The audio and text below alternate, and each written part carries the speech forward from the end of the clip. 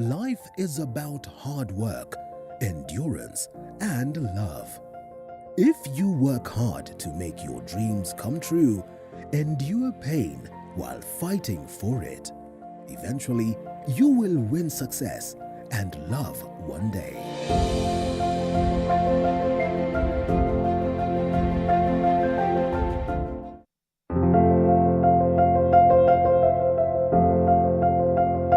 Life is about hard work, endurance, and love. If you work hard to make your dreams come true, endure pain while fighting for it, eventually you will win success and love one day.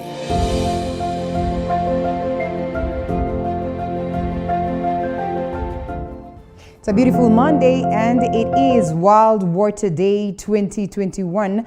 You probably didn't know that. So today we have a special segment to discuss that.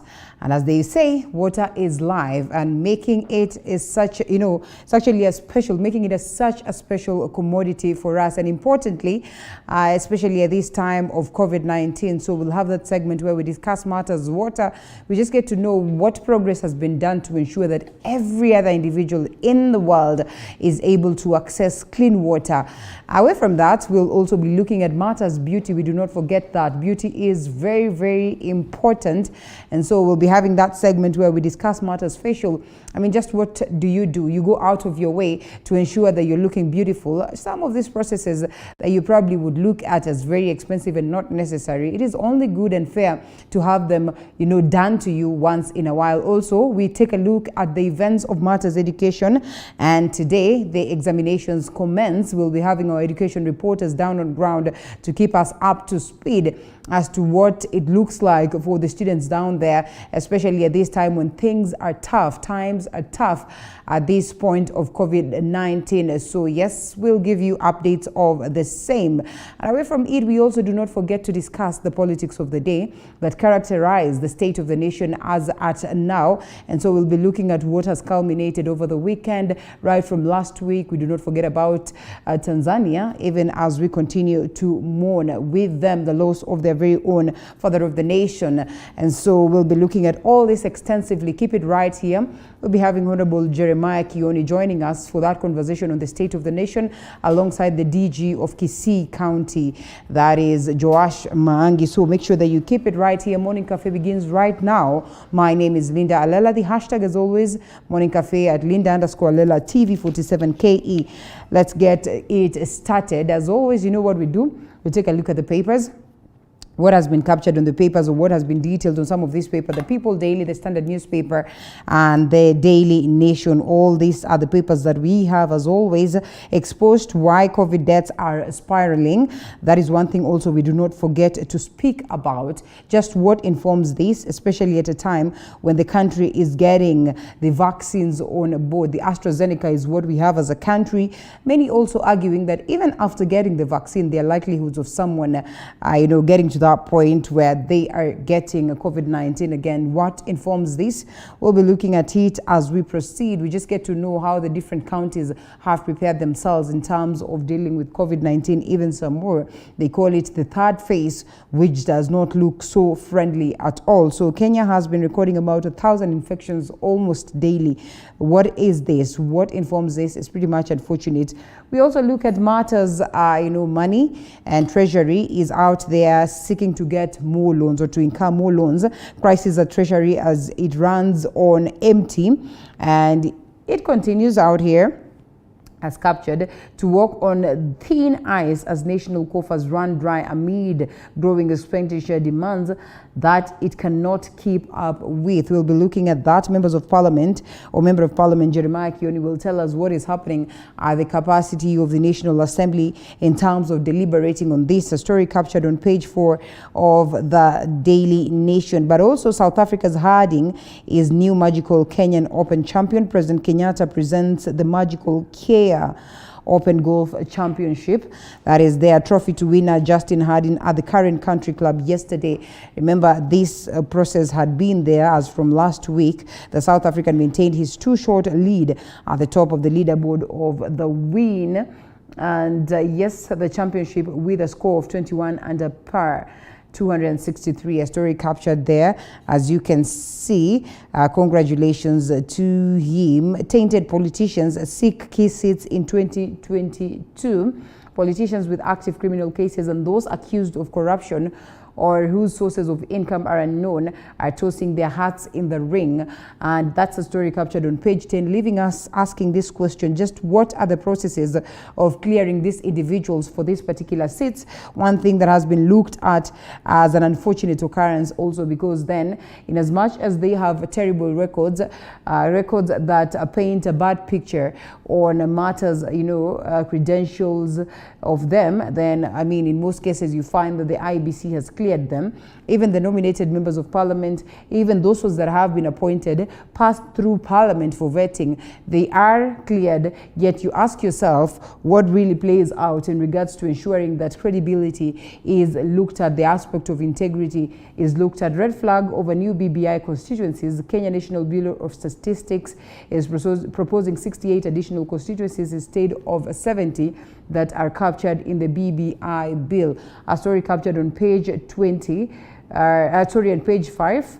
That is something that is going to probably cause a lot of, changes to be incorporated in this particular document. But just how possible is it for the changes to be there is one thing that we seek to discuss even as we proceed on the broadcast. Like I said, we also have the Standard newspaper and the People Daily.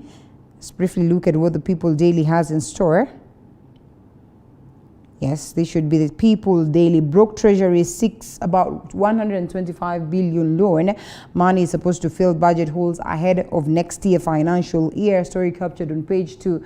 As we've said, we'll also be looking at that as we proceed. Tough exams conditions as KCPE begins, and only a few officials will be allowed in the examination centers with masks and sanitizers, a must use for all. A story captured on page 4. Like I said, our political reporters on ground to keep us abreast as to this, even as the national examinations commence at a time when COVID-19 has taken us or has thrown us off the balance somehow. Uphill task for new Tanzanian president Mama Samia Suluhu out there. Yes, it's going to be a tough one. A story captured on page 6. But yes, she says she's up to the task as we look forward to see, this economy that had started going up, freshening courtesy of the late Magufuli, takes that same trajectory for the benefit of the people of Tanzania, the East African community, the African community at large, and the global fraternity. Now, Kimilili Member of Parliament announces 4 months break from DP Ruto camp. They call it a break, but he says he's taking a sabbatical away from active politics, going out there to seek to see whether he would be amongst the key people who forge forward or the way forward for Mulembe unity. Then you ask yourself, is that not active politics? We'll be looking at that later on as we proceed. And as I have said, that story captured on page 2 in regards to the tough economic times in the country. Also, Somalia row fueled by commercial interests, and Kenya has blamed influential business forces for the maritime dispute with its neighbor Somalia. We'll be looking at that also as we proceed with the broadcast. And so that is more like it on what has been captured, or the key stories that have been captured on the front pages of the newspapers. We'll be having the gentleman help us go through the same as we proceed with the broadcast. That is the Standard newspaper. We're trying to open it up. Later on, we'll be looking into the details of the same as we proceed. Briefly, what is happening on the roads? And yes, in most cases, Mondays are not so friendly when you look at what is happening on the roads, but not to worry. We are here to keep you abreast. We are here to keep you posted so that at least you are certain of what direction you're taking. We do not want you getting held up somewhere on the road just because were not kind enough to keep you posted. Here is Nairobi, the central bit of it. Evidently, when you look at it, it tells you there's no much in terms of traffic this morning. Let's see, Thika Road looks good. It is not as ugly as you'd expect down from Githurai all the way. There's not much in regards to the heavy red or maroon lines that tell you that there's so much traffic all the way. I am afraid that this might not be giving us a clear picture, but all the same, I think it's only fair that I leave it at that first as I try to fix it. Once we get that clear picture on what is happening on the roads, then I will be here to keep you posted. This is Westlands, Parklands, where it is that we are.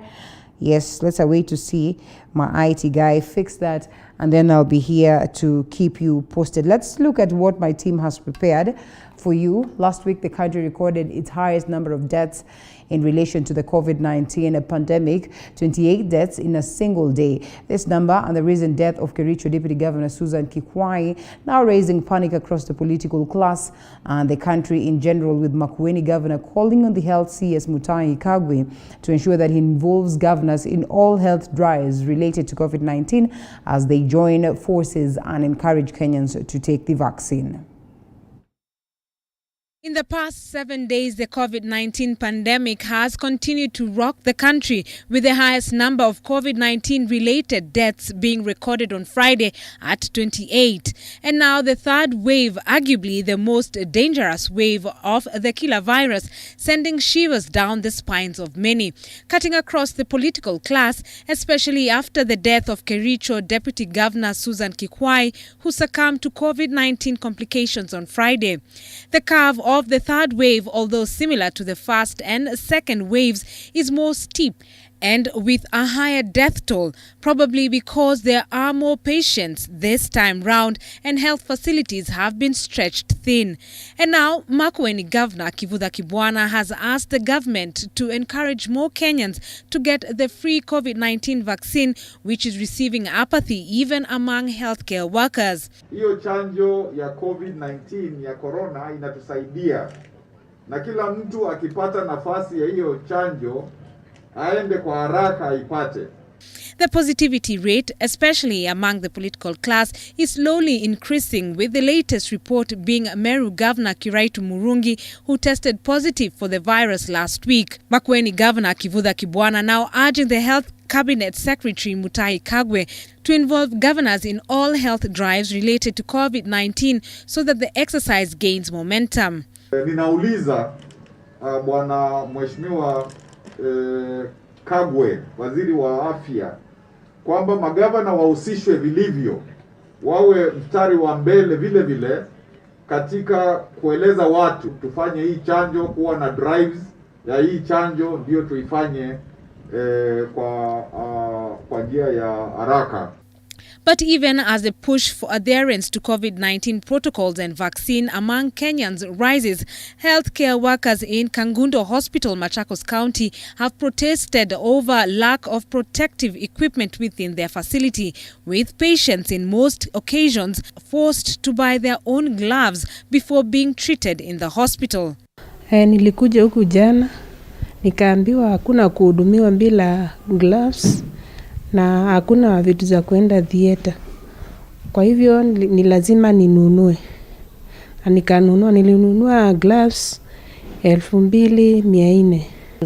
So we've been having emergencies, we don't know how to deal with them. We've been having 6 patients confirmed, 6 COVID positive cases in OPD.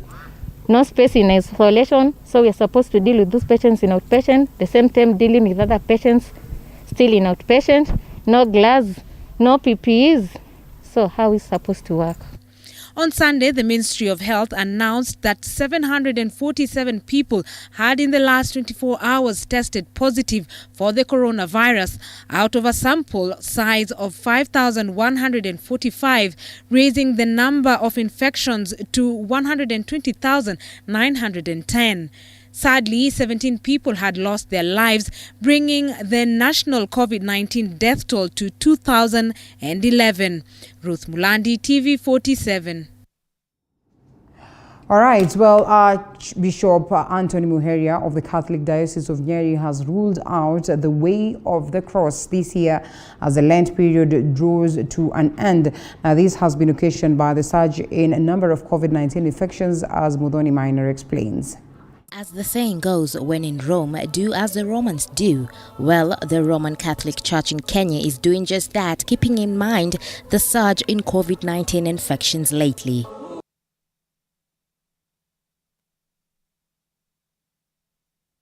According to eyewitness and the local administration at Arongo Beach in West Kadinga sublocation, Seme County, a boat with 7 adults and 1 child capsized in Lake Victoria, killing 6 out of the 8. As the saying goes, when in Rome, do as the Romans do.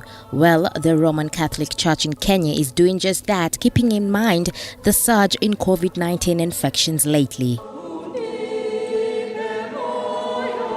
The Interfaith Council Chair, Archbishop Anthony Muheria, who is also Archbishop of the Catholic Diocese of Nyeri, has cancelled the Way of the Cross Easter processions. Muheria has been part of the COVID-19 response task force that has been guiding places of worship on how to design protocols to ward off the virus. Amongst them, we are not going to have Palm Sunday any processions. We'll have a Palm Sunday procession. We'll have any public ways of the cross. The ceremonies will be very short.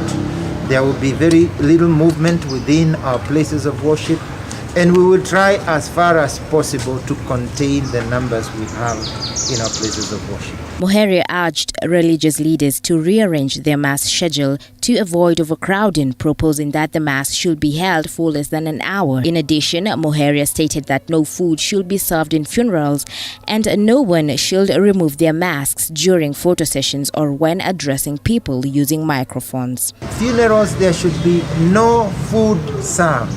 In our gatherings, no food should be served. We should make it, for the time being, because of COVID, because we remove our masks. And in removing our masks, we are putting ourselves in danger of being infected. We are saying the same even when we see the people taking photographs. Don't remove your mask when taking photographs. Take photographs with your masks. When you are speaking to the microphone, don't remove your mask. Keep your mask well. Back in November 2020, the Archbishop had been admitted to the Mater Hospital as he had tested positive for COVID-19. His health later on improved, and since then he has been urging Kenyans to not lower their guards against the virus and instead observe the regulations given by the Ministry of Health so as to curb the new variant and flatten the curve of the third wave. We will be sorry. That's why today we are appealing as church leaders and appealing to the church leaders to remind our people, before any service, before any mass, before any funeral, make sure that everyone attending is wearing a mask. Ask them, kindly insist on them. Lent period leading to the Palm Sunday and the Way of the Cross on Easter is usually one of the most regarded period among Catholic faithfuls. But as the world waits for a better solution to the deadly COVID-19 pandemic, some of the celebrations will also have to wait. Indeed, dead people cannot go on the Way of the Cross. Muthoni Maina, TV 47.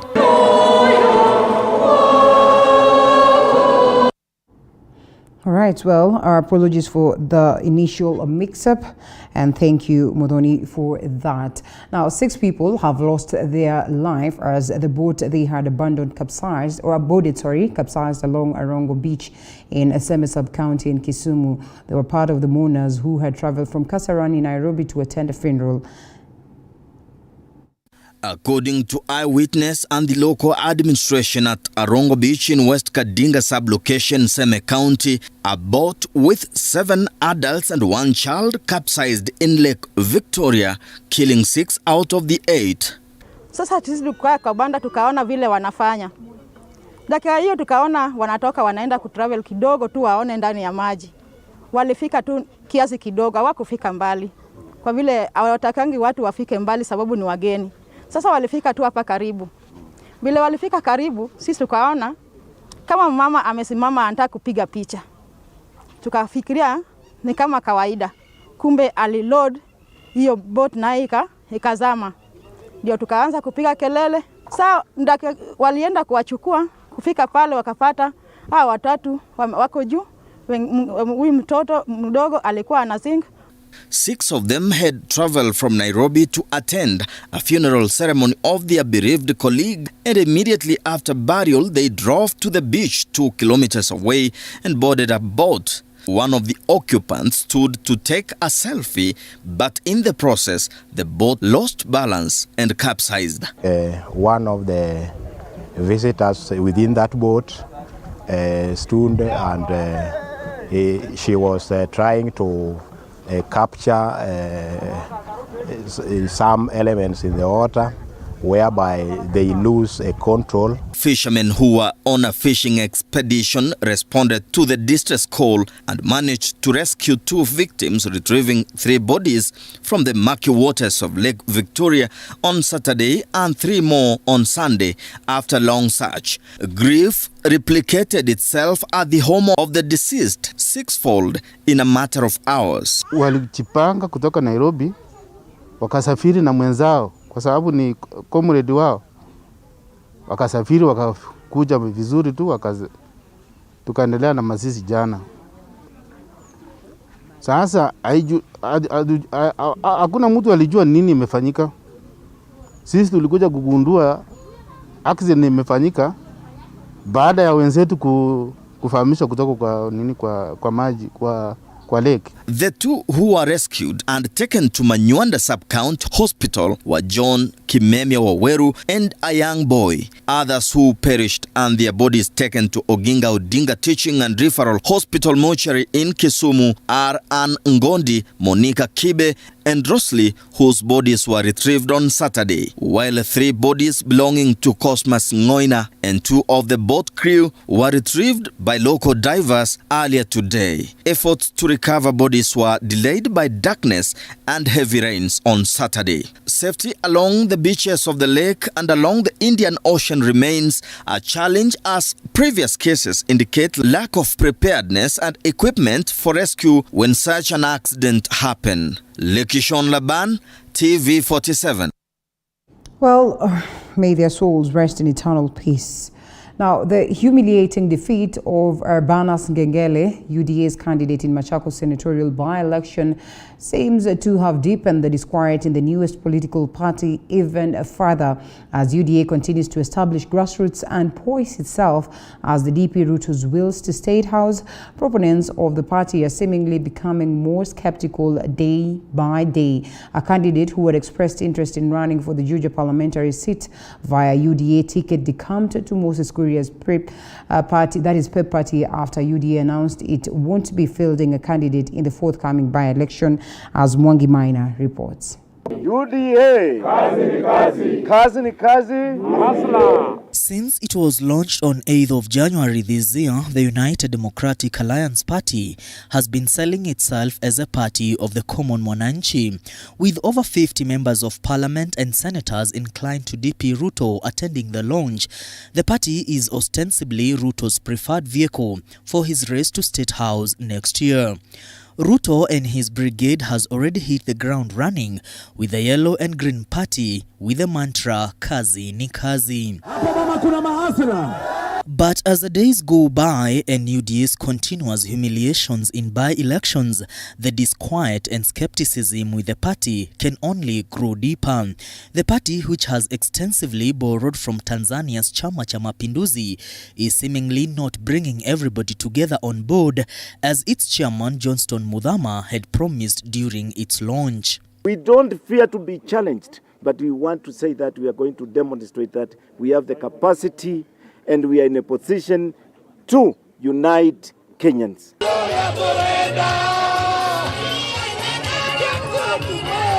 Since its inception, the party has fielded 6 candidates in the various by-elections conducted in the country. Out of the 6, UDA has won in the Msambweni parliamentary and the London Ward MCA in Nakuru County, albeit with narrow margins. In London Ward by-election, for instance, UDA candidate Anthony Nzoke won with 1,707 votes, 322 more votes than Jubilee's Francis Njoroge, who emerged second with 1,385 votes. But it is a Machakos senatorial by-election that might cause more disquiet in the party. UDA's candidate in the race was humiliatingly flawed by Wiper's Agnes Kavindo, ex-wife to Johnston Muthama, the chairman of UDA. As the first senator of Machakos County and a man who wields influence in the Lower Eastern, Muthama had promised to deliver the seat only for it to end in premium tears. Urbana's Ngengele came a distant second with a vote difference of 80,000. Machakos County is a political turf of Mudhama, and the race was a proxy contest between Mudhama and Wiper party leader Kalonzo Musyoka. Wakisikia kiti imeitwa hata ya village manager wanasimamisha mtu. Wakisikia sijui ile wale cattle dip wanasimamisha mtu. Sasa hii mambo wameona huku Ukambani ile vumbi wameonyeshwa. Sijui kama watasimamisha mtu tena hivi karibuni. Ningewaomba waende kwanza wajenge chama vizuri, wajipange tukutane 2022. Lakini kuja kujaribu kuingia eneo la Ukambani bila kupitia mahali Kalonzo yuko, hiyo ni kupotea. A week ago, George Koimburi, a Juja parliamentary aspirant, decamped from UDA to Moses Kuria-sponsored People's Empowerment Party after it was evident UDA wouldn't be fielding a candidate in Juja. It is not clear why they did not field a candidate and whether or not the party will be backing Moses Kuria and his candidate George Koimburi. Tukikula tear gas. Na mnajua napenda kuongea lakini saa hizi hata sauti imepotea kwa sababu ya tear gas.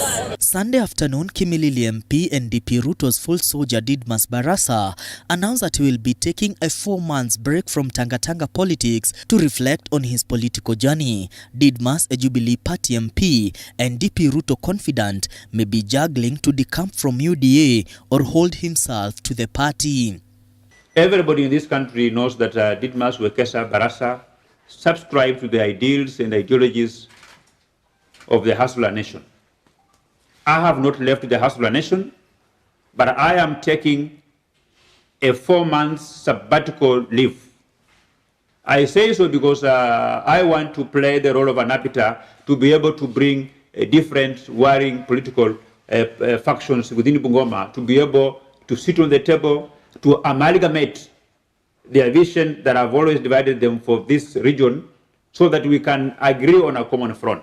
Didmas Barasa and other UDA-affiliated Western Kenya MPs failed to deliver the Kabuchai parliamentary seat in Bungoma and Matungu parliamentary seat, which went to Ford Kenya and ANC respectively. Bungoma is home to Didmas Barasa, while late Justus Moronga was a Tanga adherent by the time of his demise.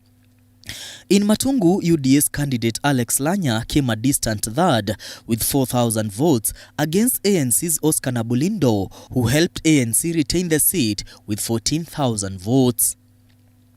In Kabuchai constituency, Majimbo Kalasinga won the seat with 19,000 votes, retaining the seat to the Ford Kenya party. UDA's Evans Kakai garnered 6,000 votes only. In Kiamokama ward in Kisii County, UDA's candidate Nyandusi Nyakiramba came a distant 6th with only 491 votes against ODM's Malachi Matara, who garnered 1,900 votes. Deputy President William Ruto and other key UDA figures have not broken their silence after the defeat in Machakos, with others consoling themselves that UDA can field any candidate in any part of the country and the impact felt. What's more, another UDA affiliate, Sirisia Member of Parliament John Waluhe, has backed off the Bungoma gubernatorial seat in 2022 general elections and instead vouched for ODM MP for Westlands Timothy Wanyonyi for the prestigious seat. Step down in favor of Honorable Tim Wanyonyi, MP for Westlands. He's a development conscious person. I know him. He can develop our county, and I have consulted wisely with other leaders. This latest maneuvers by MPs from Western Kenya, a region largely seen as a UDA stronghold, leaves the Mudhama-led party with a Herculean housekeeping task in days to come. Mwangi Maina, TV 47, Nairobi.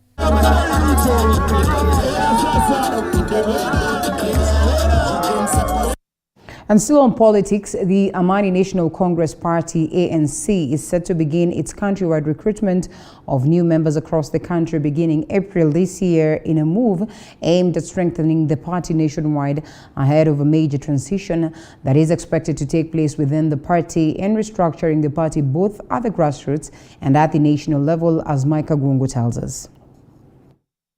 Kakamega Senator Cleophas Malala has hinted at a major shake-up that is going to take place within the ANC party in a view of consolidating its base as it takes to command the support of all regions in the country, with an aim of propelling ANC party leader Musalia Mudavadi to the top seat in the country. Malala, who was speaking when he attended a church service at the Church of God Kenya in Mariakani area of South B in Nairobi, says in order to gain the support of other communities apart from the Western Kenya bloc, much has to be done, and this is the solemn reason this recruitment drive is happening early enough as the ANC party continues to position itself as the party of choice come 2022. At the end of this month, sisi kama chama cha ANC tunaanza countrywide recruitment drive. Tunaanza kufungua chama chetu kwamba kila Mkenya aingie katika chama cha ANC. Na mimi ninaenda kuongoza the nationwide recruitment drive ya chama cha ANC. Tunaenda kugonga milango ya kila jamii Kenya yetu. Mara kwa mara watu wamesema kwamba Musalia ama chama cha ANC ni chama cha Waluya peke yake. La, tunataka sasa tufungue milango, chama chetu kiwe chama cha kitaifa. Tunataka tutembee, tuende kwa Wakikuyu, tuende kwa Wamijikenda, tuende kwa Wamasai, tuende kwa Wakalenjin, tuende tuwaombe tu wasimame na kiongozi wetu Musalia Mudavadi. Malala was quick to point out that after he reconciled with the ANC party leader Musalia Mudavadi after a difference on a few ideological stands, time has now come for the Amani party to also consider making key changes at its national secretariat and offices in order to accommodate as many like-minded leaders as possible, and also to give the leadership of the party the true face of Kenya. We must change the structure ya national office ya ANC. Mimi nilikuwa mstari wa mbele kusema kwamba utapata chairman wa ANC ni kabila moja, utapata secretary general ni kabila moja, party leader kabila moja, treasurer kabila moja. We cannot propel Musalia to presidency kama hiyo ofisi ya ANC itabaki kuwa ofisi ya kabila moja. The Kakamega senator who was on the forefront during the Matungu mini polls where Musalia Mudavadi's ANC party clinched the seat has recently been vocal on issues pertaining to the party and Mudavadi's presidential ambitions. The latest engagements by the Kakamega senator are said to be part of the major fixes that ANC party will be considering, even as it seeks to form new alliances or coalitions with like-minded political friends like KANU, for the Kenya and Wiper. Of course, we are alive of the fact that we are going to an electioneering period whereby in Kenya you either have coalitions or partners in any of your political journey. We are alive of that fact, and we are considering looking at alliances which are going to ensure that we fulfill the manifesto of ANC. We're not just going into any other alliance. You meet somebody on the road, you don't know his CV, he has a very bad history, maybe he was a thief, and since he has shown that he can mobilize some people, you take him into an alliance. Already, a hint on a new emerging formation in the offing is on a high gear after the four principals Musalia Mudavadi of ANC, Moses Wetangula of Ford Kenya, Kalonzo Musyoka of Wiper Party and Gideon Moira of KANU joined hands in efforts in the just concluded by-elections in Matungu, Kabuchai and Machakos where ANC, Ford Kenya and Wiper won the seat respectively. Malala says working with ODM again may be impractical since they have already announced that they will be fielding a presidential candidate, and yet ANC has its party leader Musalia Mudavadi going for the top seat.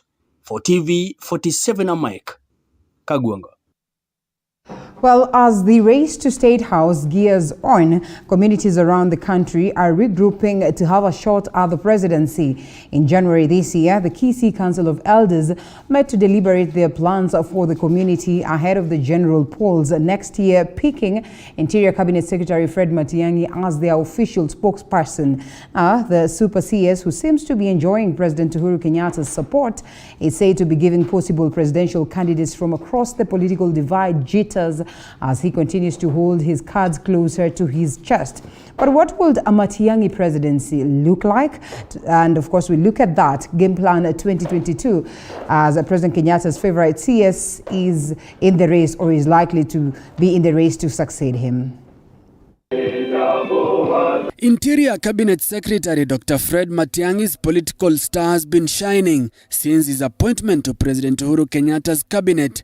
Kenyatta's executive order to make him the most powerful cabinet secretary in January 2019, making his Kisii political backyard brimming with pride. Today, the President of the Republic of Kenya, His Excellency Uhuru Muigai Kenyatta, has turned and said that Matiang'i is equal to the task, is ready to go because he has justified, he has tested and proven.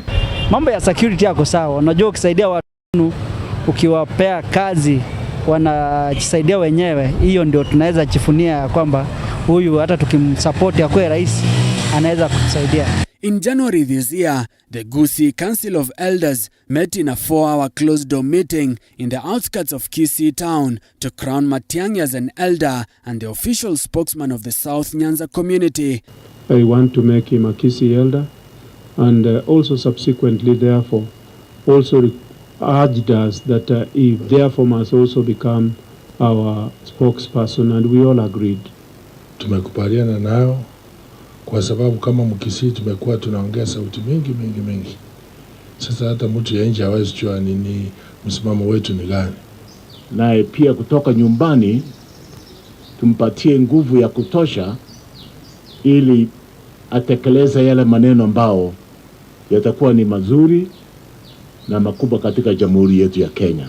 Kwa hivyo sisi kama wabunge tunatarajia hiyo siku kwa hamu sana, ili sisi wa Kisii tuongee kwa jambo moja, because we know that united we stand and divided we fall. But the super CS, as he has come to be known, ditched the elders' choice to make him the region's kingpin, asking that plans to install him as a Kisii elder be postponed. He has been very fortunate that President Uhuru likes him. He picked him, made him a minister, and he seemed to have done well. So he built up his credentials here and there. And that's why some people are saying that maybe he should be president. Fred Matiang'i will definitely be a candidate to watch because, again, remember, there's a lot of Kenyans really loved Michuki, because of his really straight way of doing things. I don't think that the current roles that the CS Matiang'i is handling is something that can be seen to clip the wings of the deputy president. Because you see, his roles comes from the definition of the word coordination. Coordination means that you become the focal point of various points. So basically, Matiang'i is just functioning as per his role of the CS for Interior and the coordination of national governments. Although Matiang'i seems to be enjoying President Kenyatta's reach at the moment, and which has been loosely translated as grooming the CS for president next year, analysts warn that Kenyatta's endorsement would mean little in the 2022 succession politics. A lot of people have been groomed and they went nowhere. It is how he projects himself nationally. And he may have he might have built some base among the Bagusi. And I think he has done a little bit there. And his connections with the Nyachai family is not bad. And they carry some weight. But the issue is beyond that. And we should also remember that endorsement by a ruling president does not necessarily account to acceding into presidency. You saw what happened to Uhuru Kenyatta when the former President Moi purported to have endorsed Uhuru Kenyatta as his apparent, successor. So those who are engaging in power play in terms of planning on how Kenyans will vote, they are committing criminal offenses. Those acts are unconstitutional, and those acts perpetuates impunity, and they are taking this country back to the days where we had Mlolongo systems of voting, where the chiefs and the DOs and the DCs were given instructions on who they should vote for. And it's those kind of things that breeds anarchy is those kind of things that results into assassination, something that we don't want to head there as a country. But Matiang'i's fix-it attitude is said to be loved by many, giving him the upper hand in wooing Kenyans into voting for him next year. But with Deputy President William Ruto driving the hustler narrative on the other hand, the two are likely to go head-to-head in the race to succeed Kenyatta. There are very many people who likes his no-nonsense attitude. There are very many people who believe that part of what the project that the Jubilee has done is because he has held the government together. So yes, he has a chance of being the president. Deputy President William Ruto has had an advantage in the sense that he is the deputy president. And to get there was not easy. I mean, it was, and he has had his reach as a politician, as a political player. Fred has had his opportunity as a high-level bureaucrat. Officially, he is a bureaucrat, but in reality, he is beyond a bureaucrat. His rise is based on that close association with the president.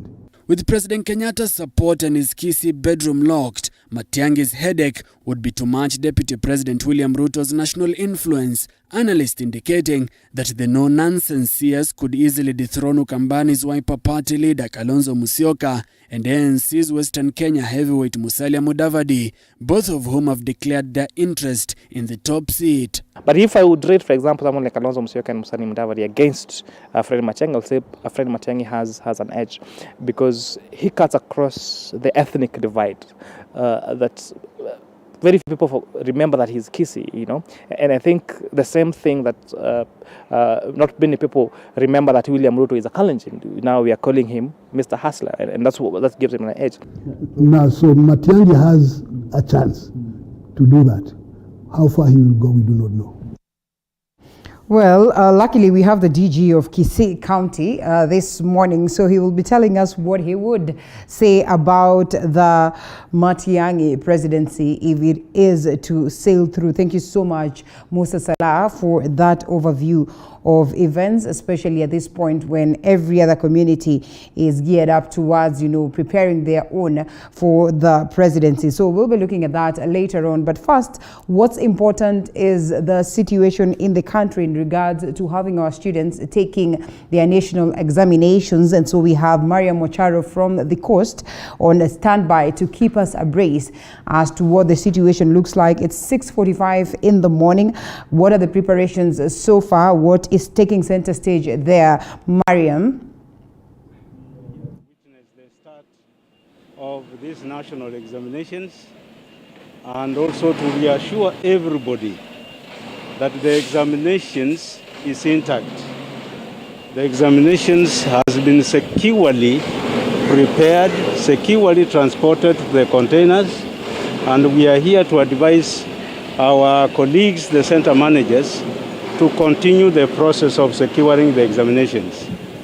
And in the same, I want to appreciate all the multi-agency members who have participated in the organization of this process of examinations to ensure that we have integrity in our examinations. More so, we are also trying to remind ourselves of this COVID-19, which is causing ravage all over, but we thank God we have been spared, especially to run our schools to this point. Finally, it is also to wish our candidates success in this year's examination, and we are looking forward to the same or similar success as we have had in the last 4 series.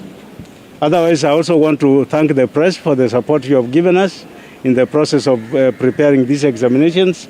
But more so, we are saying, let us leave this at what we can call moderate level to avoid creating anxiety in our children. We are conscious about... All right, well, Maria Mocharo has prepared that alongside her camera person, and so she'll be giving us details later on as we proceed in regards to matters education and importantly the examinations. As mentioned earlier on, we have the Honorable Member of Parliament, Ndaragwa that is Jeremiah Kioni, and in studio is Honorable the Deputy Governor of Kisii County, Joash Maangi. Good to have you this morning, and I'm glad that we're having you at a time when we're discussing a possible Matiang'i presidency, and the fact that, based on tribal lines, based on the aspect of region, Kenyans are bracing themselves to find a candidate that is suitable to take up the mantle from President Uhuru Kenyatta. What would you say about that? About a Matiang'i presidency, yes. Linda, before I talk about Matiang'i, let me take this chance to wish our candidates, right, both KCP and the KCA, candidates success in this year's exam. They have gone through a lot, and finally they are sitting the exams. Right. And we wish them well. We wish them success. Thank you. Let me say something about the Matiang'i presidents, which, if you ask me at the moment, is a non-starter. Okay. First and foremost, Matiang'i is a minister, and His Excellency Uhuru Kenyatta has said that none of his public servants should be playing politics. So ideally, if Matiang'i respects Uhuru Kenyatta, he cannot be playing politics. Okay. So as far as I'm concerned, as a civil servant. This is not him, but these are mere endorsements from different quarters. Your community, trusting him to be the community spokesperson. You know how instrumental that would be in shaping someone's political future. And a majority of people equally speaking about that. I mean, we've seen people speak about the Makueni governor. We've seen people speaking about Muhisa Kitui even before he came out of UNCTAD. We've seen people speaking about Right Honorable Raila Odinga when he adamantly maintains that, he is going to discuss about his political future that is after BBI. Why would it be looked at as though Matiang'i is playing active politics as he is? Because he's playing active politics. Yes, he is. He is actually playing active politics, right, which is wrong. But let me tell you something, okay, Linda. First and foremost, let's look at the endorsement of people like Mukisa Kitui. There was so much hullabaloo about Mukisa Kitui until when he came and declared officially that he's running. You see, the reception was so poor, it has become an anti-climax. Okay. I am afraid the same may apply to Matiang'i. Let me say something. You have said that people have endorsed Matiang'i. Who has endorsed Matiang'i? Okay, not really endorsed, but let's just, yes, wrong choice of words. Can I finish? Can I respond? Yes. You see, you said that the Kisii Council of Elders have endorsed Matiang'i. They have not endorsed Matiang'i. They have been planning to endorse him, and they have been postponing it because they realized that it could not materialize. First and foremost, to be a spokesperson as an element of representation. Mr. You're representing people. Now, who does Matiang'i represent? Matiang'i does not speak on behalf of the Kisii community. Matiang'i is a CS Interior. He's a minister in Uhuru government. He represents all the 42 or the 47 counties because he's in charge of internal security. Yeah. The man speaks on behalf of the president. So he can represent Kisiis, he can represent Luos, he can represent Kikuyus in matter security. But when it comes to speaking on behalf of a community, their elected representatives will speak on behalf of the Kisii community.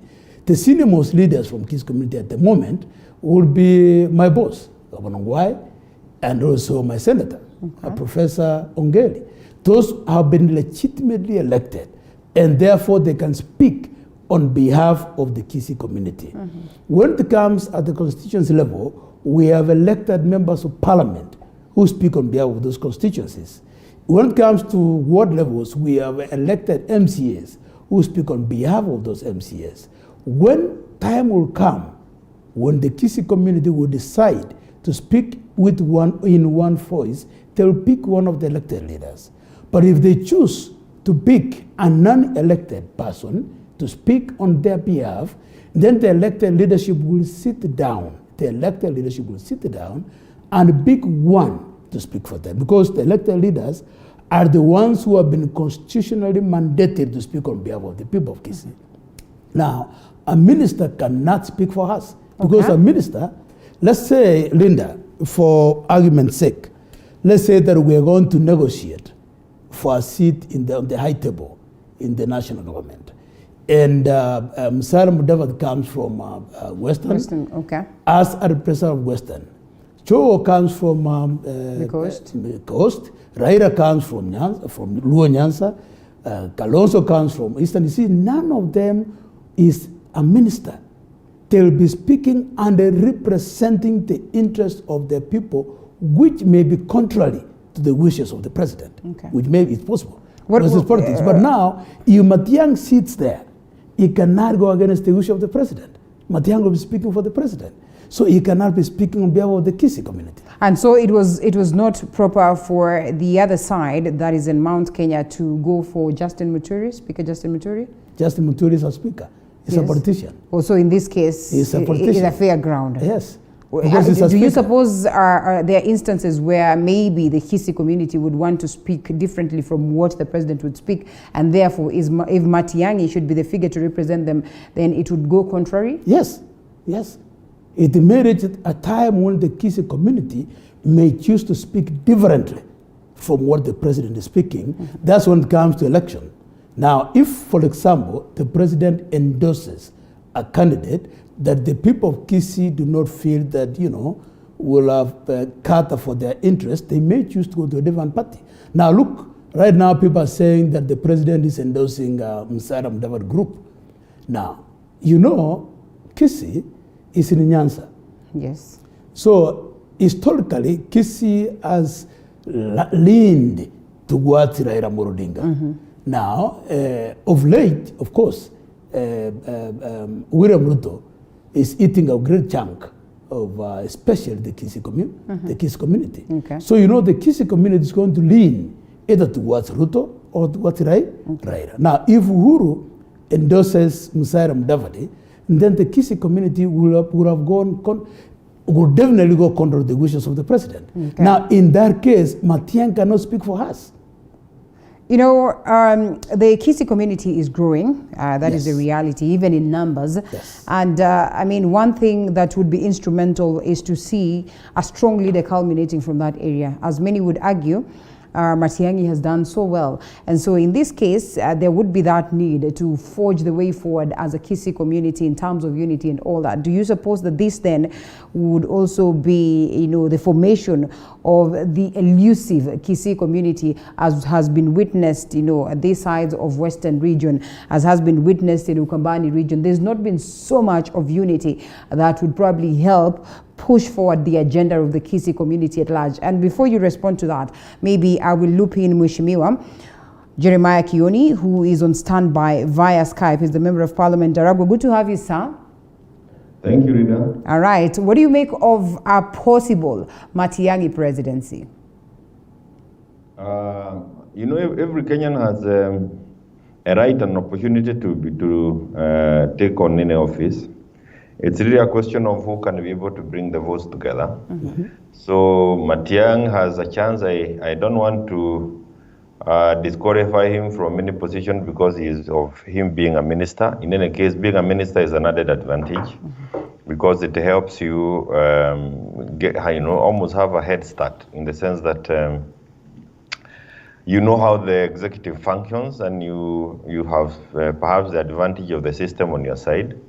So Matiang'i and any other person serving in the cabinet has an opportunity of ascending to the highest office or to the office of the presidency. But a little bit different is that what will help one become a president has a lot to do with the dynamics of our ethnic factor in the country, the voting bloc in our country, who is pushing your name, whether your name has any traction. Again, you can now see, like in the case of Matiang'i, people from his home or background, home area, are already having problems. I see like the deputy speaker, deputy governor is already having issues with his presidency or his candidature. These are all issues that would weigh one way or another. I heard you mention Justin Muturi. I don't know how you think he's on the cards. But again, it's the time when we throw in names from all corners. Eventually end up with one name or a number of them who run against one another and see how it spans out.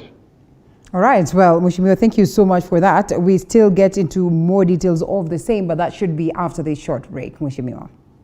Thank you, Rita.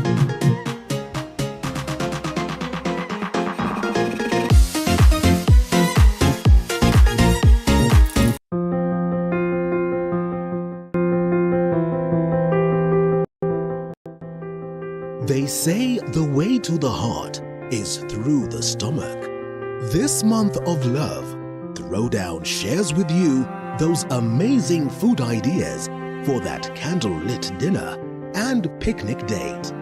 Learn those dining etiquette and avoid those embarrassing moments every Sunday at 6:30 p.m.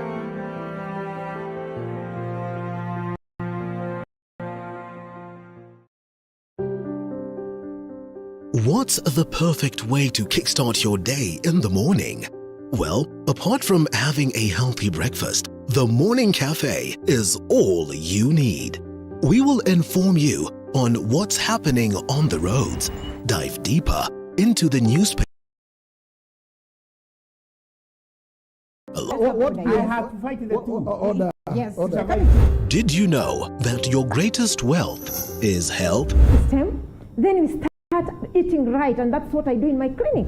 With some good Friday vibes.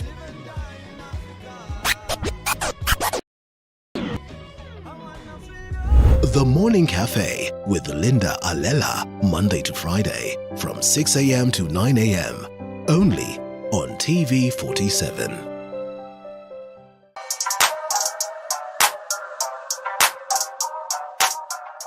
On the grind, we bring you different entrepreneurs who give the story of their businesses with love and passion. I'm a musician forever.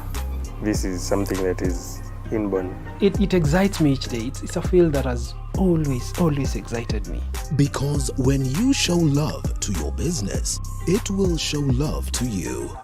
The most rewarding bit of being a photographer is seeing a bride able to see her images of her wedding and evoke emotion in her and just relive the moment once again.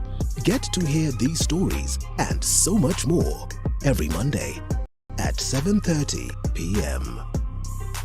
On Coffee with Movie, we bring you great testimonies from amazing personalities. Mwanzo wa kwanza alikaa ndani ilikuwa intense cause alikuwa yalikuwa tafuta place atawaka akifanya thesis zake. Stories that will inspire and encourage you. Hiyo kitu ilisha waswa ni clap. Sheila told us this is what we've been looking for. And some that will even make you laugh out loud. You have chapa kawa ya kutuliza temperature kabla hiyo story. Na wewe hukuleta mandazi bro. Mbona ingeandikwa coffee and mandazi? Aya! Make sure you catch the episodes of Coffee with Movie every Sunday at 8 p.m. The Home of Untold Stories.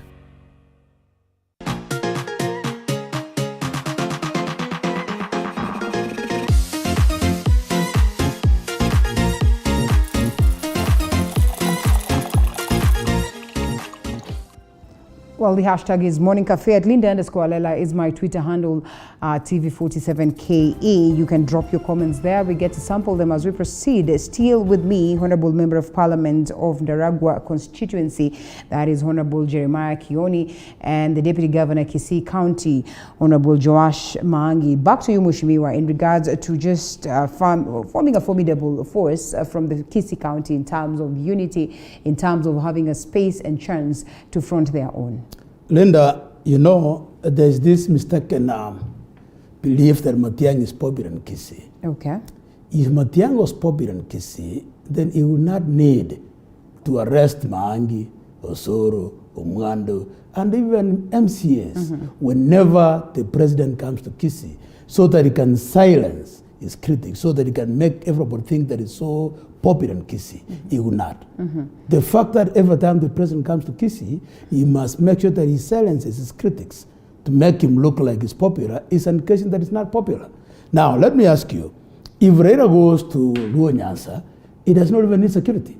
Yes. If Ruto goes to Kalenjin land, it has no insecurity. But have you seen Matiang'i mingling with ordinary Kisii whenever he goes to Kisii? Nowhere. You see Matiang'i in Kisii, you see him with the cordon of security around him, and behaving like a small president. A man who's popular with the people would mix and mingle with the people freely. And I tell you something, there's no doubt that we, the Kisii nation, the Gusii nation, our numbers are growing up. And at the moment, when you count the Kisii and Nyamira population, plus the diaspora population, we're heading to 1.5 million registered voters. Therefore, we are a big force. We are a force to reckon with. Right. But to represent, to speak on behalf of these people, you must have some semblance of legitimacy. Kioni, Mheshimiwa Kioni has said very well that it depends on how your community perceives you. You see, the Kisii community does not recognize Matiang'i as their leader. They see him as a minister, as a performing minister who is doing good for Kenya. And at some point in future, if he chooses to join politics, they will give him a chance, but they will let him grow. Sometimes people call him Magufuli. Magufuli in Tanzania started from scratch. He started climbing the mountain from the bottom to the top. Matiang'i is climbing the mountain from the top to the bottom. Well, an ethno-majoritarian society is what we are, Honorable Jeremiah Kioni. One would then ask if he enjoys as much support from the country, well, based on his track record, based on what he has done, well, whether it's a bulldozer affair or not, we have probably seen so much happening, in the education sector while he was there, in the Ministry of Interior while he is here. Then one would argue that it's not really necessary that he gets that endorsement from his own community. Just how instrumental would that be if at all he is to clinch a position, right? That is at the top of the country. Well, one of the things that is for sure, without doubt, is if you are looking at running for the office of the presidency, you need support from as much as possible from more corners of this country. It would help to get the support from the Kisii community. I see the deputy governor really wanting to play or to work on Matiang'i. I wouldn't want to take that route. I would appreciate if he can actually allow Matiang'i some space in terms of assessing him from back home. When you want to go for the top, when you want to go for the State House office, and I want the deputy governor to appreciate this.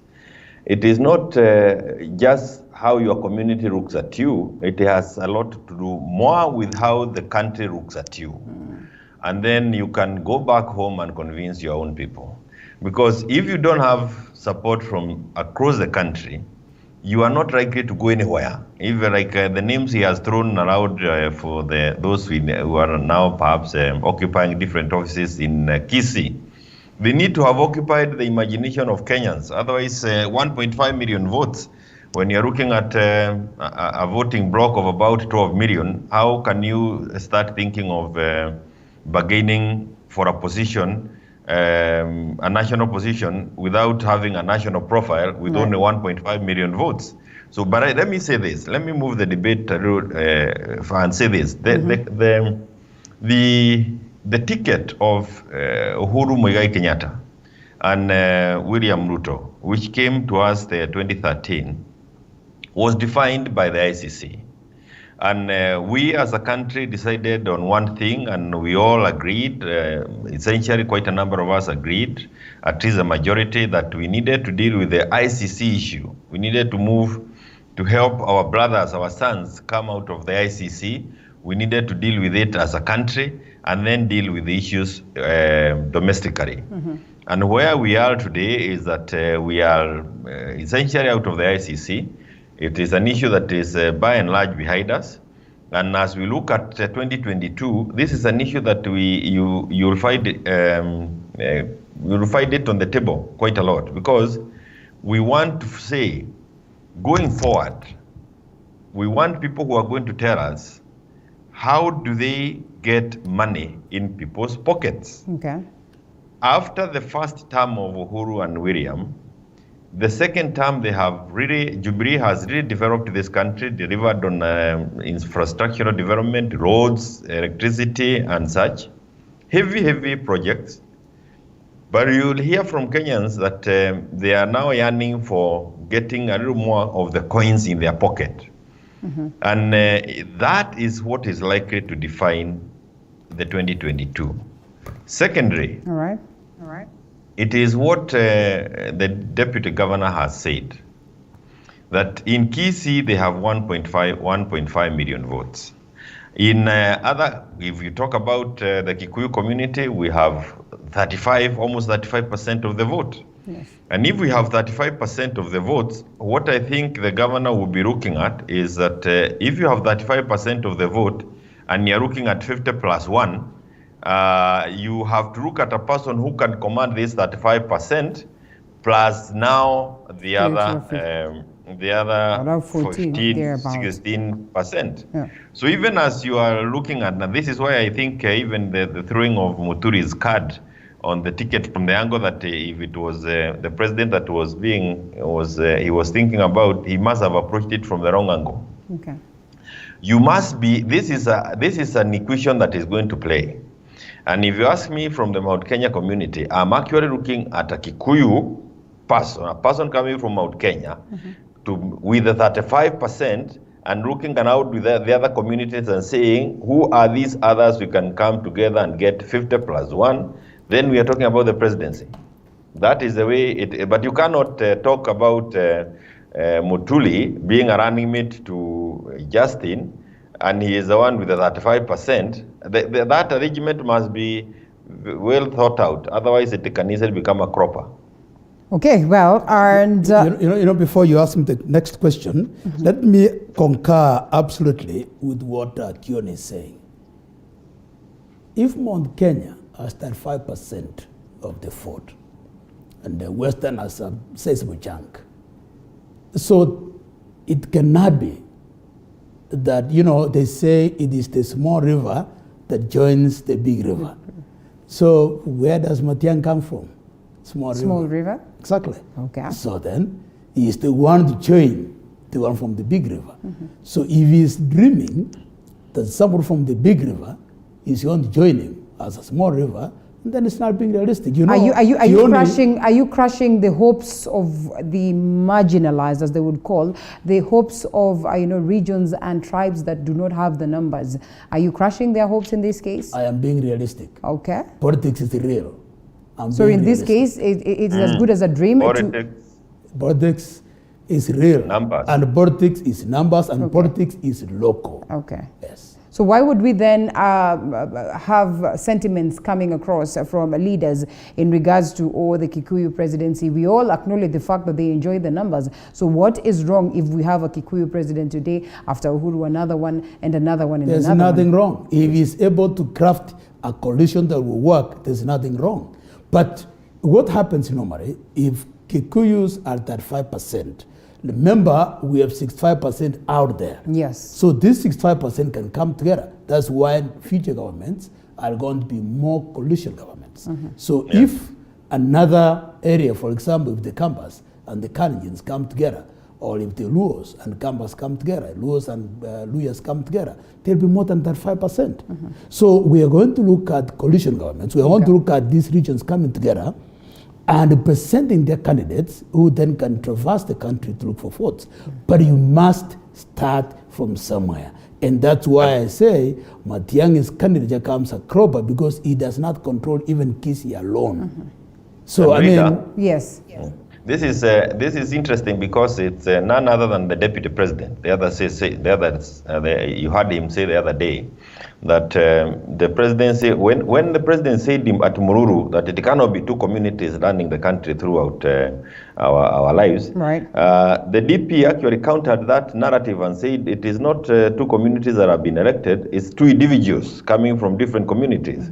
So it's not that you are saying that it is a Kikuyu, it's really a question of how do you manage these blocks. How do you manage these votes? And a person coming from the minority community can also get there. Okay. But you must win these blocks, and this is the reality. And I want to tell you, because we were there with Musalia, if you are not winning these blocks, you will just be doing some traversing the country, and people will appreciate you, they will receive you well, they will give you chai and domas and guaches.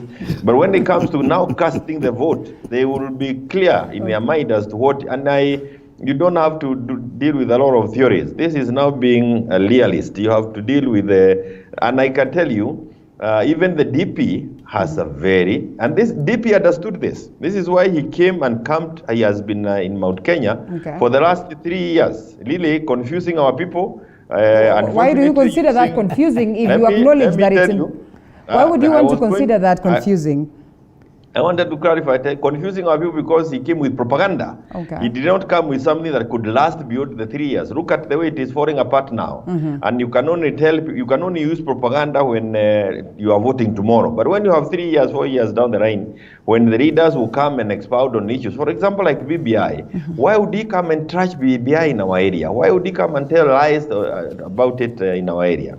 Why would he come and learn against the president in our from where? Where were the leaders while he was doing that? He had leaders from your area supporting him. Yeah, and I want to tell you, look at their age also, and we cannot badmouth them, but they have now the experience. You will see them one after the other saying, "We were out there. We may have made a mistake. We are back home.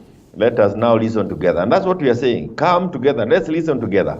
You know, our constitution, and it was pushed by the non-governmental organization, some of these articles opened at the preamble saying that we are happy because we are diverse in terms of religion, in terms of culture, in terms of our ethnic blocks or ethnic background. That allows now people to think and to organize themselves around their own ethnic block and then go to the bargaining table. These are things we find in our constitution. In the previous constitution, remember that was not a factor. We were not, it wasn't that, people were still thinking like communities, but it was not provided for in the constitution. But the current one we have, you are being encouraged to think as a block and come to the table as a block, come and bargain for your fair share. And I want to say this as a person coming from Mount Kenya.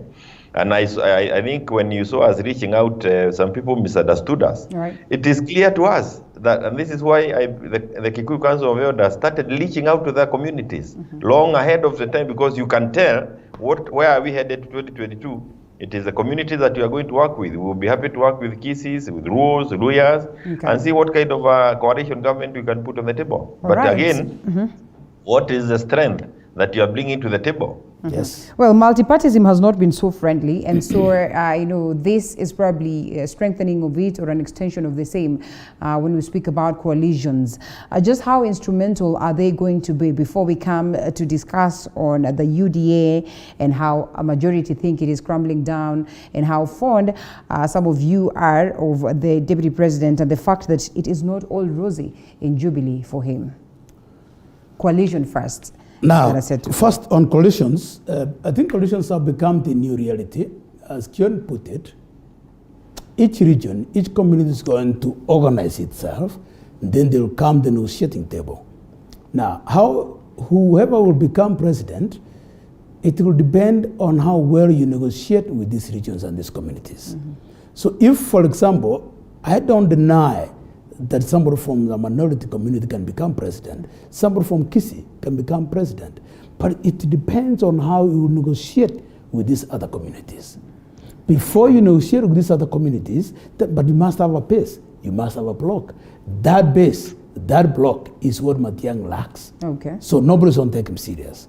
But on UDA politics, I am sure you're looking at the statement by Barasa. Honorable Didmas Barasa? Didmas Barasa, yes. That he has taken a sabbatical leave for 4 months. Okay. First and foremost, as a politician, you cannot take a sabbatical leave from politics. Okay. He's an elected member of parliament. His day job is politics. He equally speaks of going to try and see whether they can forge the way forward as the Luya community, which I would want to assume is equally active politics. Exactly. So saying that it's taking a sabbatical is not correct because forging the real community is playing politics.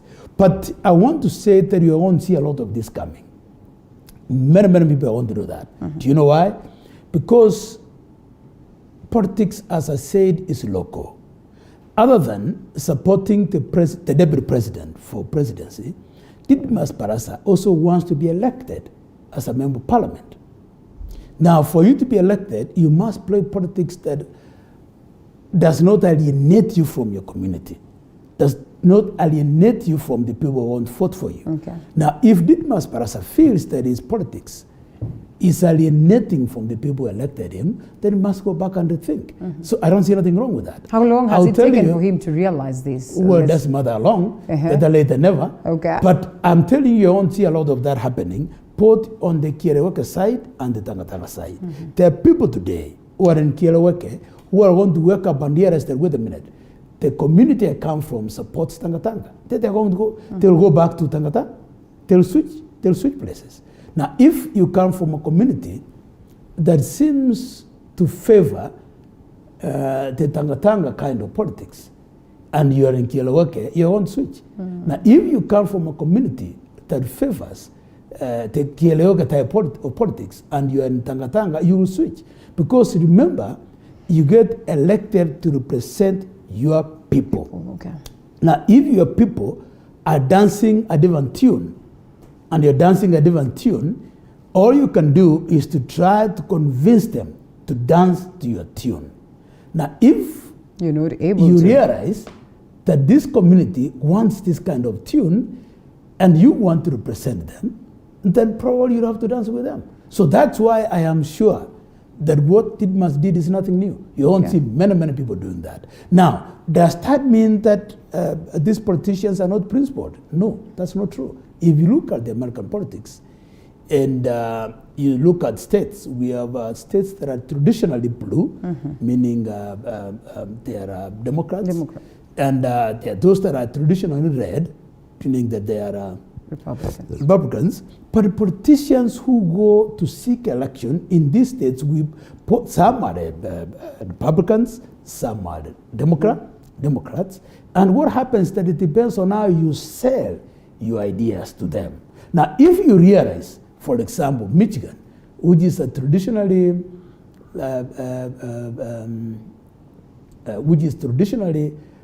a democratic state, most senators from Michigan are Democrats because the people of Michigan are more Democratic leaning.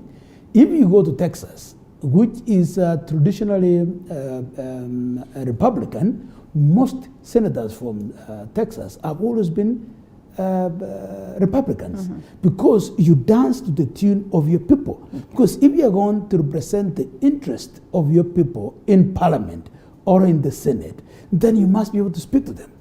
If the people in your county are telling you that, for example, let's say that you come from an agricultural county or a pastoralist county, and the pastoralists want you to go to Parliament and talk about their pastoral issues, then you must go and speak on their behalf. Now, if you realize that the party that favors the pastoralists is Tangatanga, then you have no choice. And probably after the by-elections, Honorable Didmas Barasa realized that Ford Kenya was still strong down there in Kabuchai, and probably painting a picture of, UDA is not just that strong as they would want to purport to be. And so in this case, do you suppose that this could have informed Didmas's decision, in as much as he maintained that he's still a Tangatanga, I don't want to say sympathizer, but a Tingatanga person, a Deputy President William Ruto's person. Do you suppose such is the case, or as many would argue, which is very unfortunate, the wells of Sugoi and Karen are running dry? It will always be part of his history now that at one point he was a supporter of Tangatanga. I think what I was trying to say is that it's important to understand why we had the ticket of Uhuru Kenyatta and William Ruto. The ticket of Uhuru Kenyatta and William Ruto was defined by the issues of ICC. our post-2008 difficulties. Okay. We as a country wanted to put that behind us because there are those of us who understood clearly that if we don't remove the country from ICC, get our own back, our sons home, that put on our future country very, very negative. We will not be able to develop this country. We will be at the mercy, and that is why we decided it is important, first and foremost, let's get what deal with, and I'm sure this is what is dawning on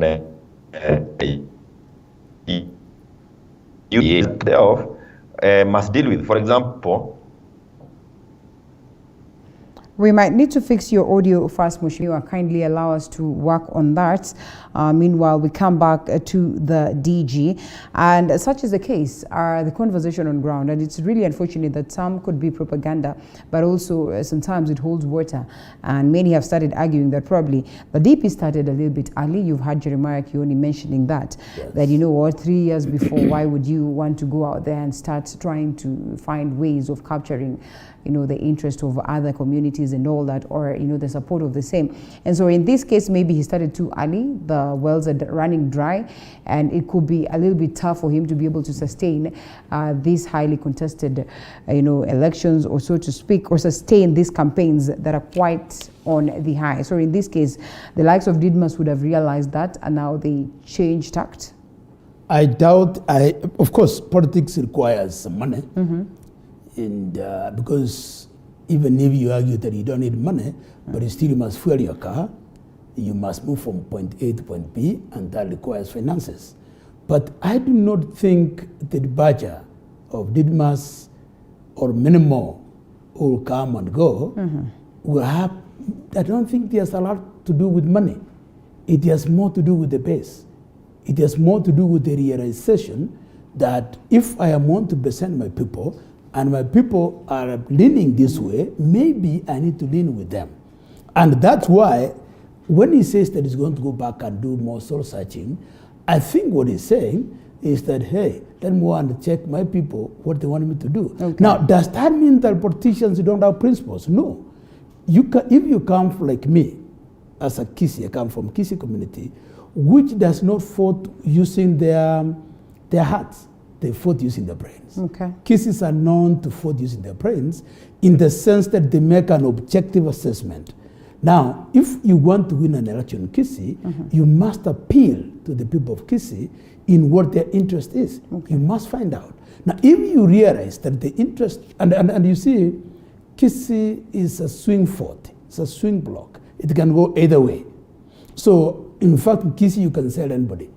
But as you sell anybody, you must make sure that you cater for the interest of the people of Kisi. For example, the people of Kisi are hustlers. A lot of them are hustlers. They hustle everywhere. You see, you come to Nairobi, most matatus are owned by Kisis. Yeah. You find out these people selling miwas everywhere are Kisis. Right. You go to Kisumu, most kiosks are owned by Kisis. You go to Eldoret, they are everywhere. They're hustling everywhere. So the bottom to top approach of economics appeals to them. Okay. So if you're going to sell the bottom-up approach in Kisi, you are likely to be received better because they relate to it.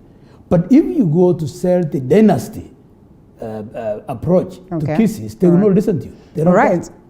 We have Honorable Kioni back, and as he expounds some more on what he was saying, Baraza speaks of trying to, you know, forge and talk that conversation of getting the Luhya unity. Do you suppose really he stands a chance? We've seen the likes of, you know, Atwoli, Davadi, they've not been able to achieve this. Why would he assume or think or even imagine that he's capable of the same? Let me first of all encourage the Deputy Governor that Matiang'i is one of their very good national leaders, a person I wouldn't mind having at the table, because as a country, we know what he brings to the table. He brings performance, he brings a no-nonsense approach to issues, an attitude that is required in our in our country, and which we think has benefited us for the last maybe 8, heading 10 years, 2022. So I wouldn't want to dismiss a person of the caliber of Matiang'i coming, if he was to come from my background. I would really want to help him grow his stature. Secondly, in switching, because it's something that the the deputy governor mentioned, DG, in switching, you actually switch to a table that you think, to a person that you think would go to the table. So even Didima switching from one point to the other, you must start seeing who is likely to be on this negotiating table. And so you don't just switch, you must switch and go to a table, to a person that will get you to the table, because that is what is crucial in our country. In Didima's switching back to Western Kenya, I agree. Because in that block, certainly the individuals who are emerging and are likely to be the negotiators on behalf of the bloc, you have the likes of my good friend Musalia Mudavadi, you have the likes of Wetangula, you have the likes of Muhisa Kitui, Muhisa Kitui, yes. Those are the personalities that are emerging. I know we have Oparanya on the other side. And you are not likely to be able to move on without paying attention to those movements in the backyard. On the issue of the concept of the Hustler Initiative, a good thing for the DP, certainly a concept that I would want to counter from whatever other platform that we are going to have created. Okay. Because we had Kibaki, he did not use that kind of a retrogressive approach, but he was able to reach the lowest person in the country. And that is the kind of approach that I would be looking at. I'm looking at a person who can look at the economy and transform what we have to something that people can touch, something that people can have in their pockets. And I believe that Jubilee has laid some good infrastructural, there's some good infrastructure that has come about from the TNA Jubilee leadership. And that can now be used by somebody who can transform this economy very, very quickly. Okay. And we see our growth going up to 8-9%, a growth that we need to have if we are going to change the lives of ordinary Kenyans. The bottom-up thing that I hear Hassan talking about is one that can be very dangerous for this country and will be. And we have already seen, and the DP and the DG, I think, almost tested a little bit of that. But we need to be careful with that kind of an approach. But I am not saying bad-mouthing it. I'm saying I would be happy to occupy another platform and counter that kind of an ideology, because I don't think it will work for this country. All right. Well, I'll come back to you in regards to the split that is here today, that is in the Jubilee Party, in regards to whether they should remove, or the removal aspect of the DP, and just how possible it is. He has removed himself. He has... he removed himself. All right, well, at least the national water at the bridge. I don't know whether he has. At least his foot soldiers have argued that they have done that, but the DP has remained adamant that nobody is going to get him out of Jubilee Party. Now, the National Management Committee sat down and they had a couple of proposals. So today, the top organ of the party is set to review on this particular decision. Do you suppose it will uphold what it is that the NMC committee the NMC spoke about, or the plans are varied, or it is true that indeed the DG is out by choice already? Before I answer that one, let me say very quickly that contrary to what Kioni is saying, I am actually not castigating Matiang'i. I'm actually helping him. I'm trying to show him how he can come down to the people of Kisii so that the people of Kisii can work with him. Mm-hmm. And I've told him this before, he needs to come and speak to the elected people of Kisii so that they can work with him. So I'm actually helping him. Sometimes positive criticism is okay. Yes. Positive criticism, there's nothing wrong with positive criticism. So I have no problem with him. I have a problem with his style of doing things. Okay. But on this issue of bottom-up approach, if you listen to Kioni, he has no problem with the politics of reaching the people on the ground. Mm-hmm. Kibaki did it successfully. But because of the current political divides, he is uncomfortable using the word hustler. but actually he's saying the same thing. He's saying the same thing. He's saying that Kibaki did it successfully. Okay. But because he's with all the respect, but so he's reluctant to use the word hustler. Okay. But let me say on this, the removal of the deputy president from being the deputy party leader, that is a subject that we need to approach very soberly. Okay. And these are things that, you know, can have serious implications in the stability of our country. And I would urge that the members of the National Management Committee of Jubilee be very careful, because certain things can easily destabilize the country. And that is a subject that needs to be handled with a lot of sobriety, so that we don't create a situation that threatens the security of the country. That is my 10 cents. All right. Mheshimiwa, and I hope, and I sincerely think the president will not allow it. I think the President Uhuru will not allow it, because some of these things could have implications on security of the country. I don't think the president will allow it. No, would you want me to agree with the DG? Not really agree. We'd want to hear your side. Yes. You know, he has said it in a very nice manner, that it's for the sake of the security of the country. And it is true. The only reason why a decision has not been taken is you look at the national good, and you don't want to destabilize the country. But having said that, let me say that the deputy president has been very dishonest. He has set a very poor example to Kenyans.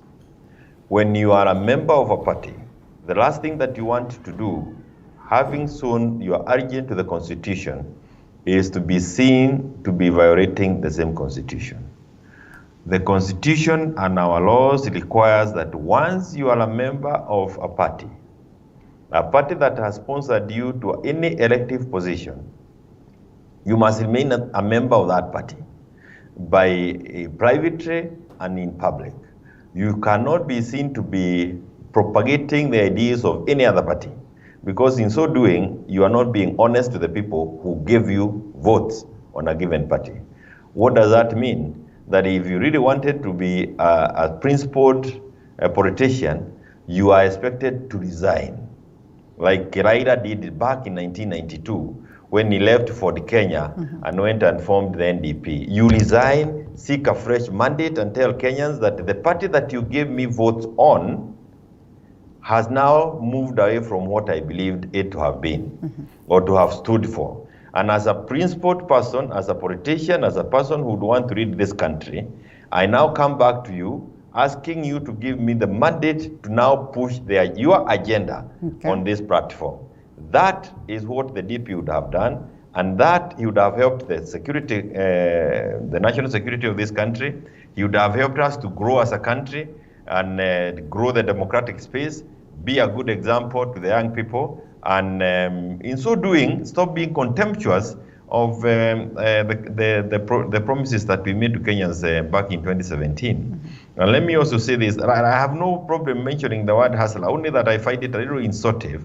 Because, and again, I really, the whole approach to that whole bottom-up thing is what I find myself having difficulties associating with, not anything else. And I want to tell you that if you, as you help people, you need to respect their dignity. Again, an article, a provision in our Constitution. So I know our people have difficulties, but I really feel cheated if you see me running around with a wheelbarrow, saying that is what that's how I intend to sort out the problems of this country. I feel like I will have insulted the dignity, the intelligence of the people who entrusted us with some little bit of hard thinking than just walking into a hardware shop and buying a wheelbarrow. But just what extra are we getting from the others that are coming on board in regards to... Let me say this. One, by the way, I should have said this earlier, because we were talking about the ticket, the presidential ticket. Can you also make sure that those who want to run for the presidential ticket can fund the campaigns? Okay. We do not want people running on the state kitty. and we do not want people rooting the state to run for the office. Okay, well, the You question have then would to be, who is this being directed to? You have to demonstrate your ability to run a presidential campaign. All right. This is not an easy thing, and if you think it's easy, talk to His Excellency the President. All right, hold it right there. Before I let go of you and talk to Lyra. They have run those tickets. Having said that, when we see people launching their presidential bids, then we will get to understand the ideologies. How do they intend to turn things around in the country? As of now, the only thing that we have on the table is the hustler approach. And I honestly think that the DG does not belong to that table. He's been so articulate this morning. He's been so impressive that he disappoints me. He disappoints what me are you trying a lot. to say? That people from that end are never... When I hear him saying that he is going to deliver wheelbarrows, I honestly think that the Kisii community and the way they are industrious would really not want to be taken through that. And I encourage him to come over to the side that we are soon going to let him know. I will want to assume that the DG is still in ODM, and therefore we'll all agree that he's not on the other side. By the way, ODM is going to be a very serious negotiator on this table, because they have the Lyra Amoro has a clear block. Even if you are not taking him outside the rural community, he has that command. And some very useful individuals in this country, whom you can sit with across the table and agree on how do you move together. For example, if you are to take the ODM, the rural community, plus the Kisii community, and then bring the Kikuyus together, you are doing 55%. Of the vote. Bwana DG, we are home and dry. A free advice, DG. Stick to ODM. Stick to ODM, DG. Well, as we close on this one, it's also fair that we discuss, or we briefly, remind the people of the importance of, upholding the measures that have been set in regards to dealing with COVID-19. The numbers are high. We lost the DG of Kericho the other day, which is very unfortunate. But still, we do not see Kenyans focused on maintaining these guidelines as set. Let me, I'm sorry that I'll take you back for a second. It's okay, no problem. Feel comfortable. Kioni has said that I've been very articulate. I have always been, just that maybe he has not got a chance to engage me. I've always been. But let me say this. There's no doubt that I'm a member of ODM. I'm a deputy governor in an ODM government. Yes. And I'm a member of ODM. And I respect my party leader, Raila Odinga. But this is the era of handshake. Yes. Raila Odinga and Uhuru Kenyatta met an handshake.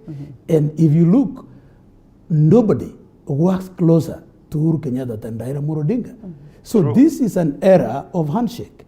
So just like Amoro Odinga, my party leader, is working very well with Uhuru Kenyatta, yes. I'm also working well with the deputy president. All right. Because this is an era of handshake.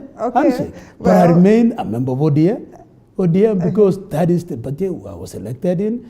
I respect my party leader, and I'm still a member of ODM. Okay. But when during this time of handshake, I'm certain you will do a Didymus thing. Over time, yeah. Yes. No, and we must. The DG will have a Didymus moment. He will take a sabbatical for 10 months now. Yes. No. Yeah. We are the deputy president of the Republic of Kenya, His Excellency William Ruto. Other than being my friend, is a very strong contender for the presidency, and I think he's going to be the next president. You think so? He must work hard to become the official leader of opposition. Even that one, you must work hard. Extremely hard. And I say this with all due respect. Is he capable to fund the politics that we're talking about today? This question which Kioni has put out about a presidential candidate being capable of funding his campaign, I am sure you understand whom is directing that at. Yes, I am. Yes. I would want to believe that I do. Yes. So before you declare yourself, don't bet DG. Gentlemen, let's on on COVID-19. On COVID-19, Yes. I must support the president's initiative in countering this COVID-19 pandemic. Unfortunately, this third wave is more dangerous. You've heard that almost all the ICUs are occupied. Yes. And this is the time to encourage our people. And as leaders, this is the time to lead from front. When I came in, you saw me carrying my bottle of sanitizer. My sanitizer and everything. And we must keep our distances. We must use our masks. We must wash our hands because this is more serious. But most importantly, we must also vaccinate. You saw the other day I've been vaccinated. I'm challenging all others to vaccinate. There are those who are saying that there's side effects and those things like that, but these things will always be there. We must realize that COVID-19 is a reality, and the new reality is vaccination. We must vaccinate, but as we vaccinate, like I vaccinated, but I'm still obeying the protocols. How many days after today? I was vaccinated on Wednesday, so this is like the 60 days. Should be. This is like the 60 days. But still, I have not stopped observing the protocols. We must encourage our people to observe the protocols. I think this third wave is more dangerous. Well, as they would say, and the numbers are high and high by the day. Mheshimiwa, are you vaccinated as we close? One, I think the most important thing is to ensure that even those who have been vaccinated must maintain the protocol, not just for a period, but throughout until all of us are out of the woods.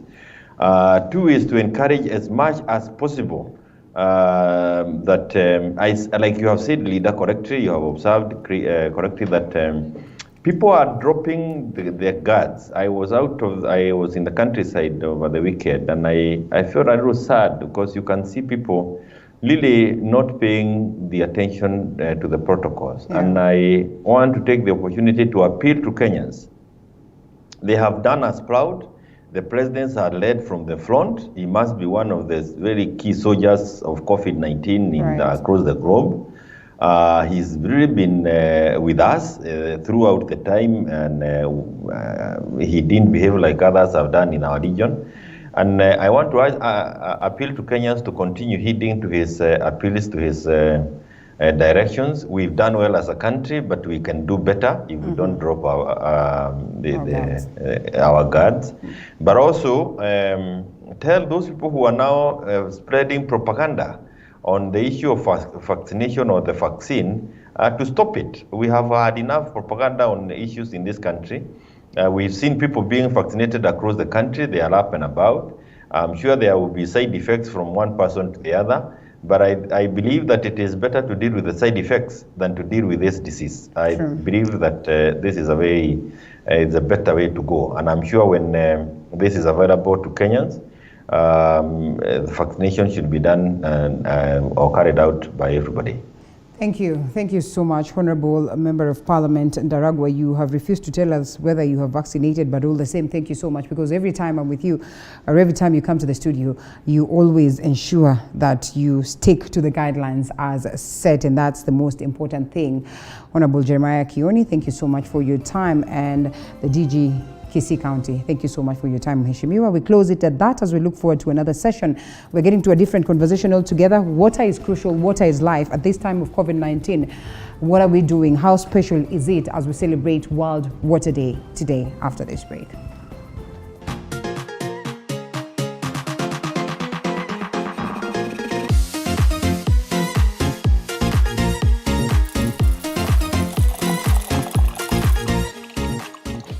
You are watching TV47, The Home.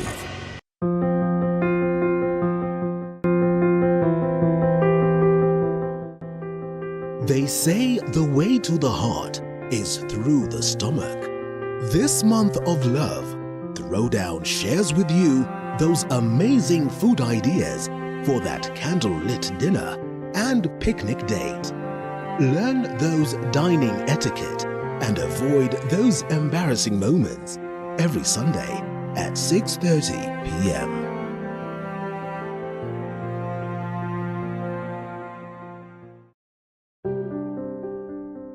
What's the perfect way to kickstart your day in the morning? Well, apart from having a healthy breakfast, the morning cafe is all you need. We will inform you on what's happening on the roads, dive deeper into the newspapers, alongside heated political debates. What I have to fight the two. Order. Yes. Order. Did you know that your greatest wealth is health? Then we start eating right, and that's what I do in my clinic. With some good Friday vibes.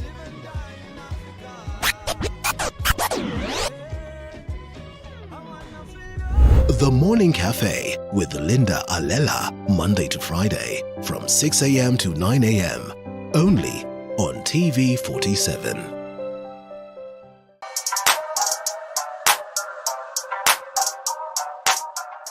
On the grind, we bring you different entrepreneurs who give the story of their businesses with love and passion. I'm a musician forever. This is something that is inborn. It excites me each day. It's a field that has always excited me. Because when you show love to your business, it will show love to you. The most rewarding bit of being a photographer is seeing a bride able to see her images of her wedding and evoke emotion in her and just relive the moment once again. Get to hear these stories and so much more every Monday at 7:30 p.m. On Coffee with Movie, we bring you great testimonies from amazing personalities. Mwanzo wa kwanza alikaa ndani ilikuwa intense cause alikuwa yeye alikuwa atafuta place atawaka akifanya thesis zake. Stories that will inspire and encourage you. Hiyo kitu ilisha waswa ni clap. Sheila told us this is what we've been looking for. And some that will even make you laugh out loud. You have chapa kawa ya kutuliza temperature kabla hiyo story. Na wewe kuleta mandazi bro. Umeona ingeandikwa coffee and mandazi. Aya! Make sure you catch the episodes of Coffee with Movie every Sunday at 8 p.m.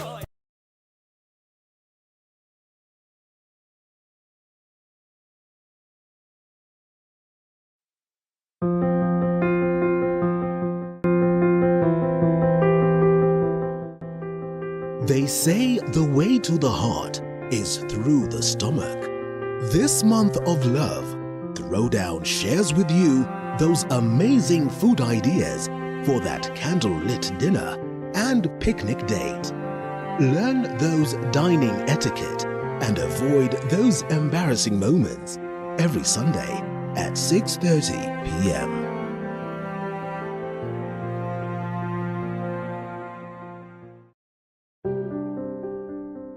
What's the perfect way to kickstart your day in the morning? Well, apart from having a healthy breakfast, the morning cafe is all you need. We will inform you on what's happening on the roads, dive deeper into the newspapers, alongside heated political debates. What I have to fight the two. Order. Yes. Order. Did you know that your greatest wealth is health? Then we start eating right, and that's what I do in my clinic. With some good Friday vibes.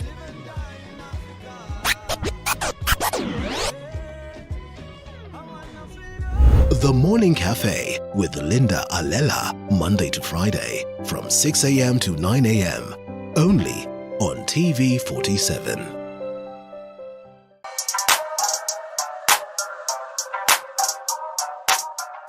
On the grind, we bring you different entrepreneurs who give the story of their businesses with love and passion. I'm a musician forever. This is something that is inborn. It excites me each day. It's a field that has always excited me. Because when you show love to your business, it will show love to you. The most rewarding bit of being a photographer is seeing a bride able to see her images of her wedding and evoke emotion in her and just relive the moment once again. Get to hear these stories and so much more every Monday at 7:30 p.m. On Coffee with Movie, we bring you great testimonies from amazing personalities. Mwanzo wa kwanza alikaa ndani ilikuwa intense cause alikuwa yeye alikuwa atafuta place atawaka akifanya thesis zake. Stories that will inspire and encourage you. Hiyo kitu ilisha waswa ni clap. Sheila told us this is what we've been looking for. And some that will even make you laugh out loud. You have chapa kawa ya kutuliza temperature kabla hiyo story. Na wewe hukuleta mandazi bro. Mbona ingeandikwa coffee and mandazi nyingine? Make sure you catch the episodes of Coffee with Movie every Sunday at 8 p.m.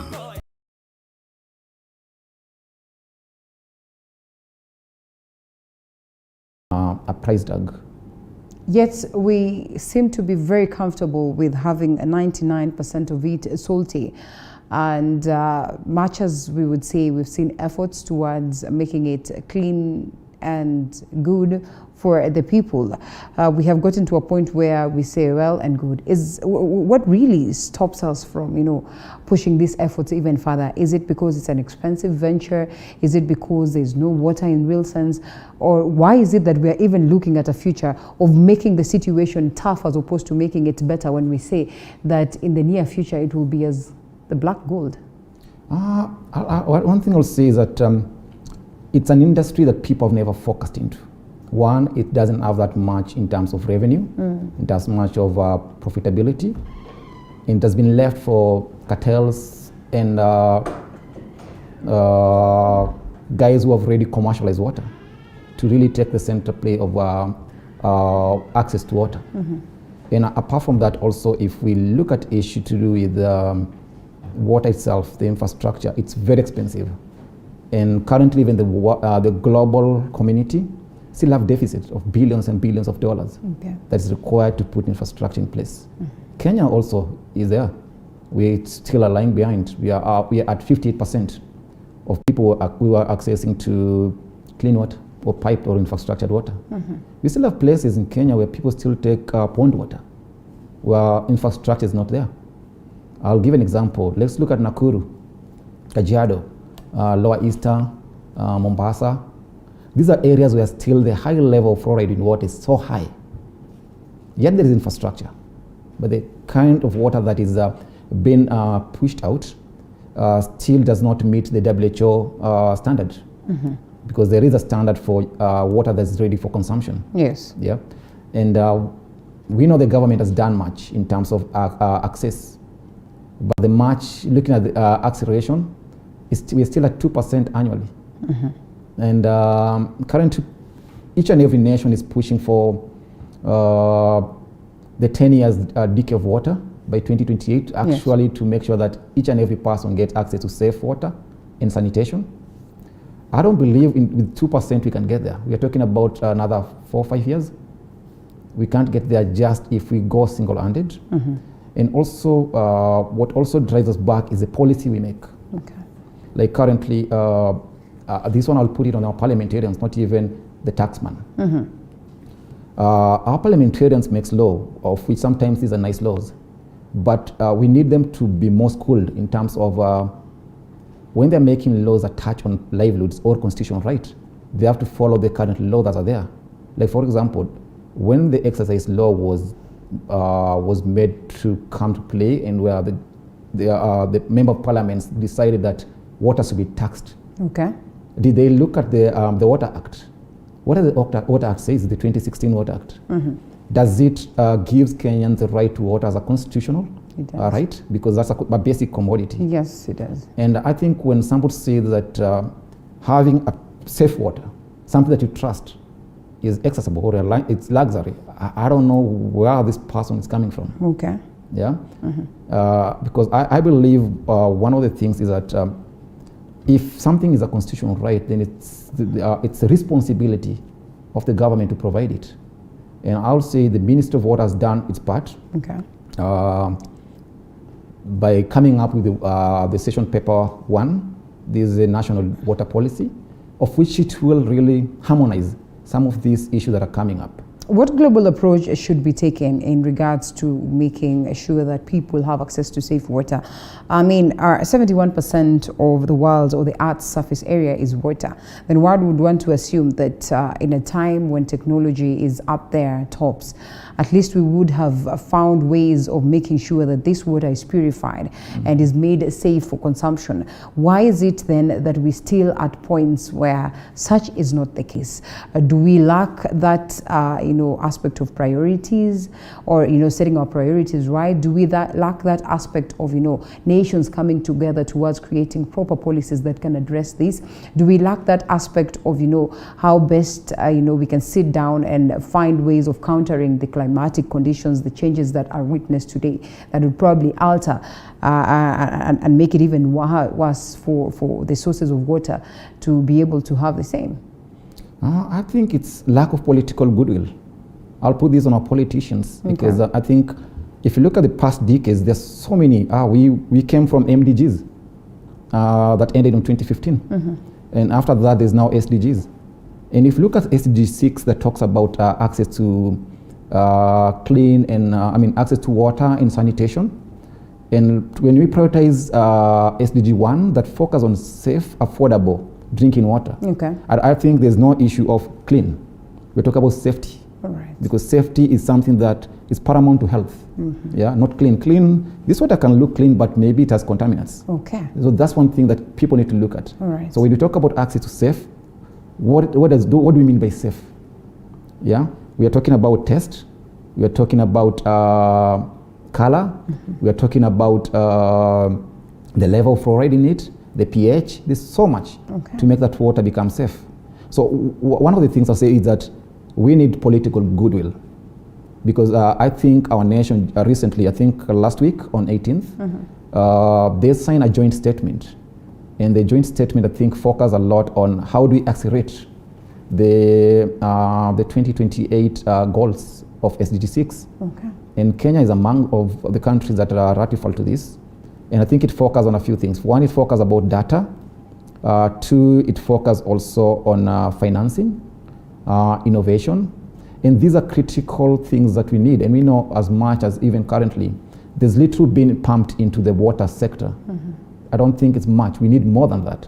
Looking at it now that water is an essential commodity, even to fight back the epidemic, we need water than anything else. It's true. Yeah, because if you look at the investment currently, even for vaccine, Kenya cannot give it 40 million people in the next few months or in the next few years. Yeah, even the rollout is for 2 million or 3 million people. So it means water is needed now. It's the antidote now. Yeah. So investing in it, I believe that's the first thing that we should focus in. Right, and I think I've picked a lesson today. I always say clean water is safe for consumption. So in real sense, it's actually not aid. It should be safe. And safe then, it means it should be clean. It should be clean. Once it's safe, it's automatically clean, and with the right temperatures and the right the hydro, you call them what? There's pH. The pH. The TDS. Yes. These are all things that look at contaminants. One, if you're looking at contaminants, looking at what are the other things that we can find in water. The components within, yes. Within water. Okay. And what is safe? Because which yes, it could be there in excess. Sometimes they say fluoride is not good, they say, which is supposed to be in water but not in excess. All right, well, that's important. And in about 5 minutes or so, it is only fair that we get to understand what is this that your entity or your organization is doing different, and what efforts have been put. Because in as much as we always point fingers at the government, it is only fair that in our own special capacity, we come up with ways of also addressing the troubles that we have. I think I'll speak on behalf of what we call the Kibanda water sellers. Okay. Those are people that I represent here. And what we've done, I think, if you look at the water sector, in the past 5 years, we have lesser cases of cholera outbreaks. Okay. Yeah, they're lesser. That's These true. days you don't even hear them. That is true. Yeah. So what we've done is that what we have done is lower the price of access to water. Okay. The water that you buy bottled at 50 shillings, we made that possible for Kenyan, the common mwananchi, to get it at 5 bob per liter. Okay. So what we've done is apart from commercializing water, is making water accessible for everybody. Yep. And one is by making it safe. We know we have water, yeah? I'd love to counter that, because I remember sometimes back when there was trouble about, you know, in accessing water sometimes in Nairobi, you'd probably you could go and get the jelly can, the 20 liters jelly can at the most you could buy for is about 5 bob. But today it has to be 20 shillings. Labor, what makes it even 50 shillings. This is true. Yes. Or this is in comparison to now how tough times are in the economic tough times. Yeah. Okay. And I believe this is something that we need to protect at all costs. And apart from that also, what our association have done is that if we were looking for water as a commercial commodity, I believe we could have not pushed dialogue even with the government. I'll talk about the taxman, for instance. Currently there's a 6 bob exercise on safe water. Yes. Something I don't even understand. Okay. Yeah, myself, I don't understand that. Because I look at it from the perspective that if somebody is selling water at 5 shillings per litre, and now the taxman wants to get 6 bob from that same water, it's even too much. It's expensive, eh? Yeah. All right. Even so the cost of doing business. Right. Yeah. It's like then I will call ourselves we are subcontracted to work for the government, which is not not fair. Okay. Yeah. So we believe fair taxation, it's one of the key things, and also to make this also be something possible. Both houses, both the Senate and the National Assembly, should make the priority of passing the session paper 1. The way they pass their salaries, they should make this be something that Kenyans are looking at for us to get there. All right. Because the taxman, I don't think he has a problem. For his job is to implement the law. So who is the lawmaker here? The people we represent we elect to represent us. They should make this right by first adopting the session paper 1. Indeed. While we might be complaining and saying that we've not done much, what would be your parting shot, maybe in 30 seconds, in regards to this? Do you also appreciate that indeed, as much we have made probably strides, at least we have water down there in some of the regions that you probably would not expect to be having water? Ukambani has been crying foul for the longest of time, but today it's probably a whole different affair. What I'll say, the government has done a tremendous job. If you look at last year, the government sunk, I think, more than 200 boreholes in less than 4 months. That was something tremendous, something we don't see. And those are the steps we're talking about. Yeah. But now what prevents these steps from even making them better is that, yes, the president is doing much, but what are the lawmakers making? Because currently is that, if you look at the borehole that was sunk last year, yes, almost 60% of these have high level fluoride. Oh.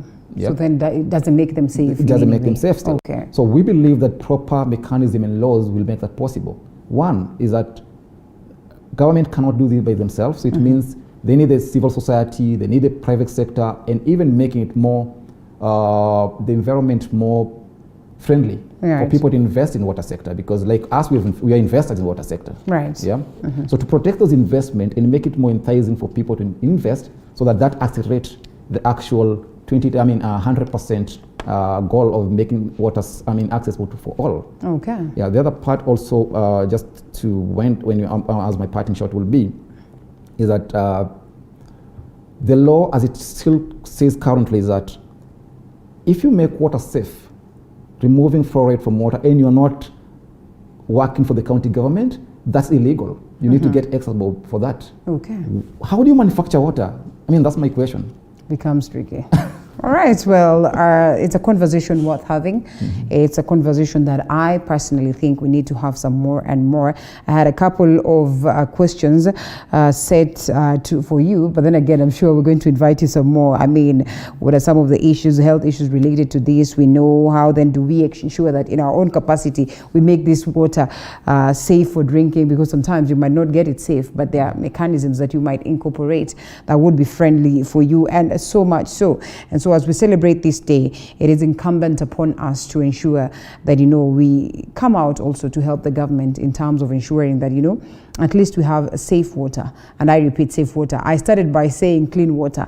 I have, I'm winding up by saying safe water. Yeah. Thank you so much, Churchill Jones from Water Vendors Association, doing an incredible job. And we can hope that this would be pushed even further. And as you rightfully put it, incumbent upon the authorities, the leaders of the day, to ensure that they come up with policies that are going to be instrumental in making these changes and, guaranteeing the people water, safe water for that matter. I am worried that he speaks of, a scenario where in the near future it will be a whole different scenario. But then again, he says that if we get it right in terms of governance, then maybe, just maybe, we might be talking of a different scenario altogether. Happy World Water Day. As we celebrate this day, please make sure that you keep safe at this point of COVID-19. As he says, water is crucial in terms of dealing with the same. We close it at that, but not entirely, because we have another incredible session set up for you in regards to making sure that you look beautiful. We say that beauty is key, and some of these processes that you might go through to ensure that you have a smooth face, a smooth skin, and all that are necessary. It might look expensive, but they are certainly worth. So we cross over all the way to the timeless medical spa, where we'll be having a session on our faces just to look beautiful. They call it microdermabrasion. It's quite a tongue twister, but it is indeed worth a process going through. That should be immediately after this.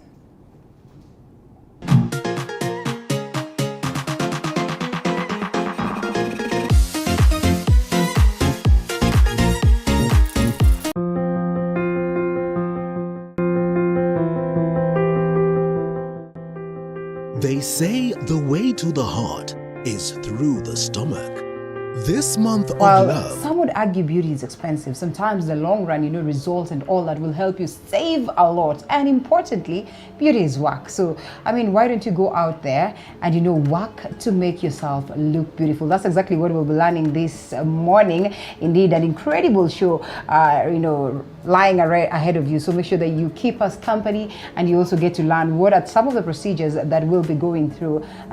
For the very first time, we visit Timeless Medical Spa. Welcome. And yes, we meet the ever lovely Paris. Good to have you. Thank you very much. Or it is you who should tell us good to have us, because yes, actually we are at your home. Exactly. And the last time welcome. You were home, exactly. The other side, and so here we are. Yes. Thank you for hosting us. Thank you. And importantly, thank you for taking your time to make us beautiful. Thank you also for taking your time to come here. Thank you so much, Paris. And Paris will be taking us through the procedure of the day alongside her assistant, Nyambu. Hi, you can only wave. You well? Karibu sana. And so we get to understand what is the procedure today. As you can see, the model, Mary, is right here. So it's going to be an incredible session. It's all about the face, and we want to see that, that transformation, because sometimes it's almost immediately. The hers will be instant. I can tell you that we can for tell, real. yeah? Yes. Yes, we're looking forward to see that. Guess what it is? You know why I'm carrying this paper? Yes. It's because, man, it's a tongue twister. So I have to go and refer and say, hey,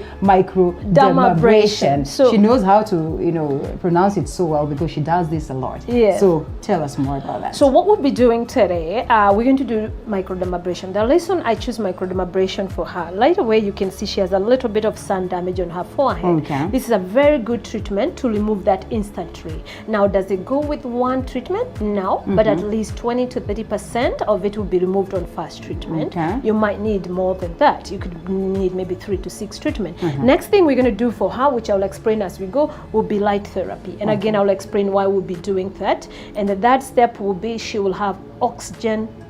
I know, she's going to have oxygen facial, which is blasting oxygen on her face to rejuvenate from the cellular level.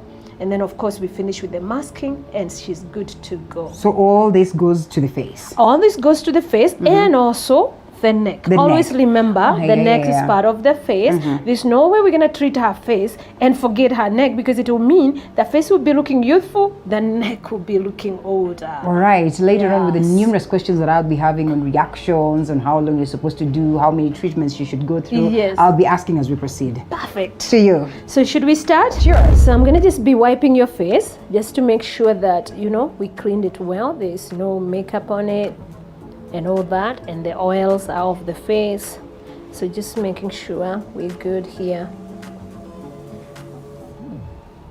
So that's the first step we do, obviously cleaning the face good and making sure that all the dirt is out of the face. Then we make sure that we dry it good.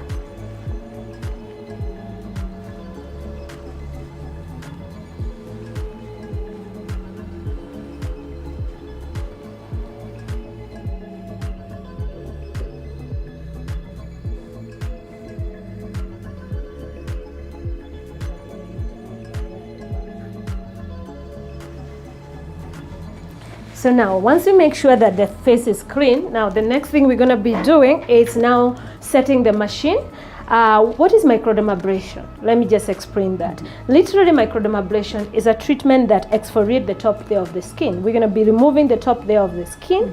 It's going to help with 3 things.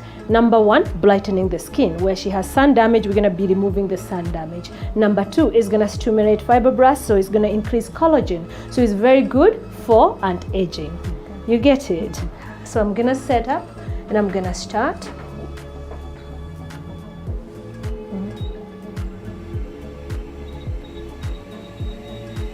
Because it's her first time to do this, I don't want to start on a high, because I could do high and then her skin can handle it. This tip, it's a disposable tip that we change every time for every client. So are you okay? I'm going to start the treatment now. Are you okay? Yes, I am. All right. If you feel it's too high, you can talk to me. I can always reduce. If you feel you're not feeling nothing, I can always increase. Okay. All right? Okay. So I'm going to start. Bite your lips for me, please. Thank you. So as you can see, it's a painful experience. That's why you're telling her to bite the lips. No, so that I can be able to. It's like touting the skin. All right. If she doesn't bite it, it's loose, and because this is like suctioning, it's like vacuum cleaner. So you don't want to tear her skin, right? And at the same time, as you can see, there's whitish on the skin. That is aluminum crystal that are being blasted in her skin. And so therefore the machine is sucking the dead skin. It is very good for treating black spot. It's very good for treating, like I said, hyperpigmentation that is superficial, right? So I'm going to start picking up the speed as we go. So who is this person you'd recommend this for? This is for anybody from the age of 12, to be quite honest, that has got sun damage, that want to do it for maintenance of the skin, for anti-aging, that has got black spot, that has got fine lines starting to show. You want to keep those at bay, you want to suppress them, laughter lines, dark circle under the eyes, it treats all that. It is not recommended for people with rosacea because it can make it flare up. What is rosacea? It's a skin condition, okay. And so when you do this treatment, it could actually make it flare it up. Yeah. All right. Any long-term effects?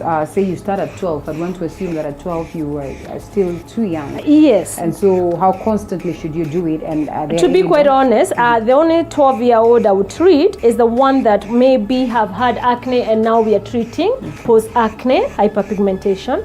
However, it's very recommended. 18-year-old plus would be people that can do this every week if you wish. You can do, but after you have the, let's say the result of what you are trying to achieve, you can now do it once a month for what we call maintenance. Yes.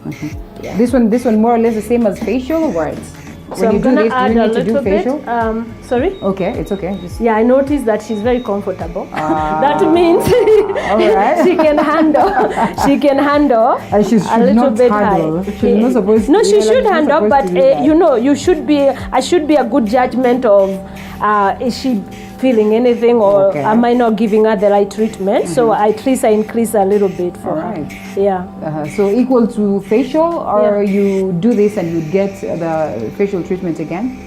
Yes, it is actually a facial that you're now doing. That it's a deeper cleansing, if I may call it that. Because remember, we are removing the top layer. If you look at her skin right now, it looks whitish. Right. The dead skin, you can see it is white. So literally, we are treating her dead skin completely. So I'm going to go on her neck. Are you okay? All right. She looks comfortable though. I know. How you are feeling, you know? She can tell us the truth if she's feeling any pain, but I just think it's just a little uncomfortable. Again, put your neck like this so we can do under the neck.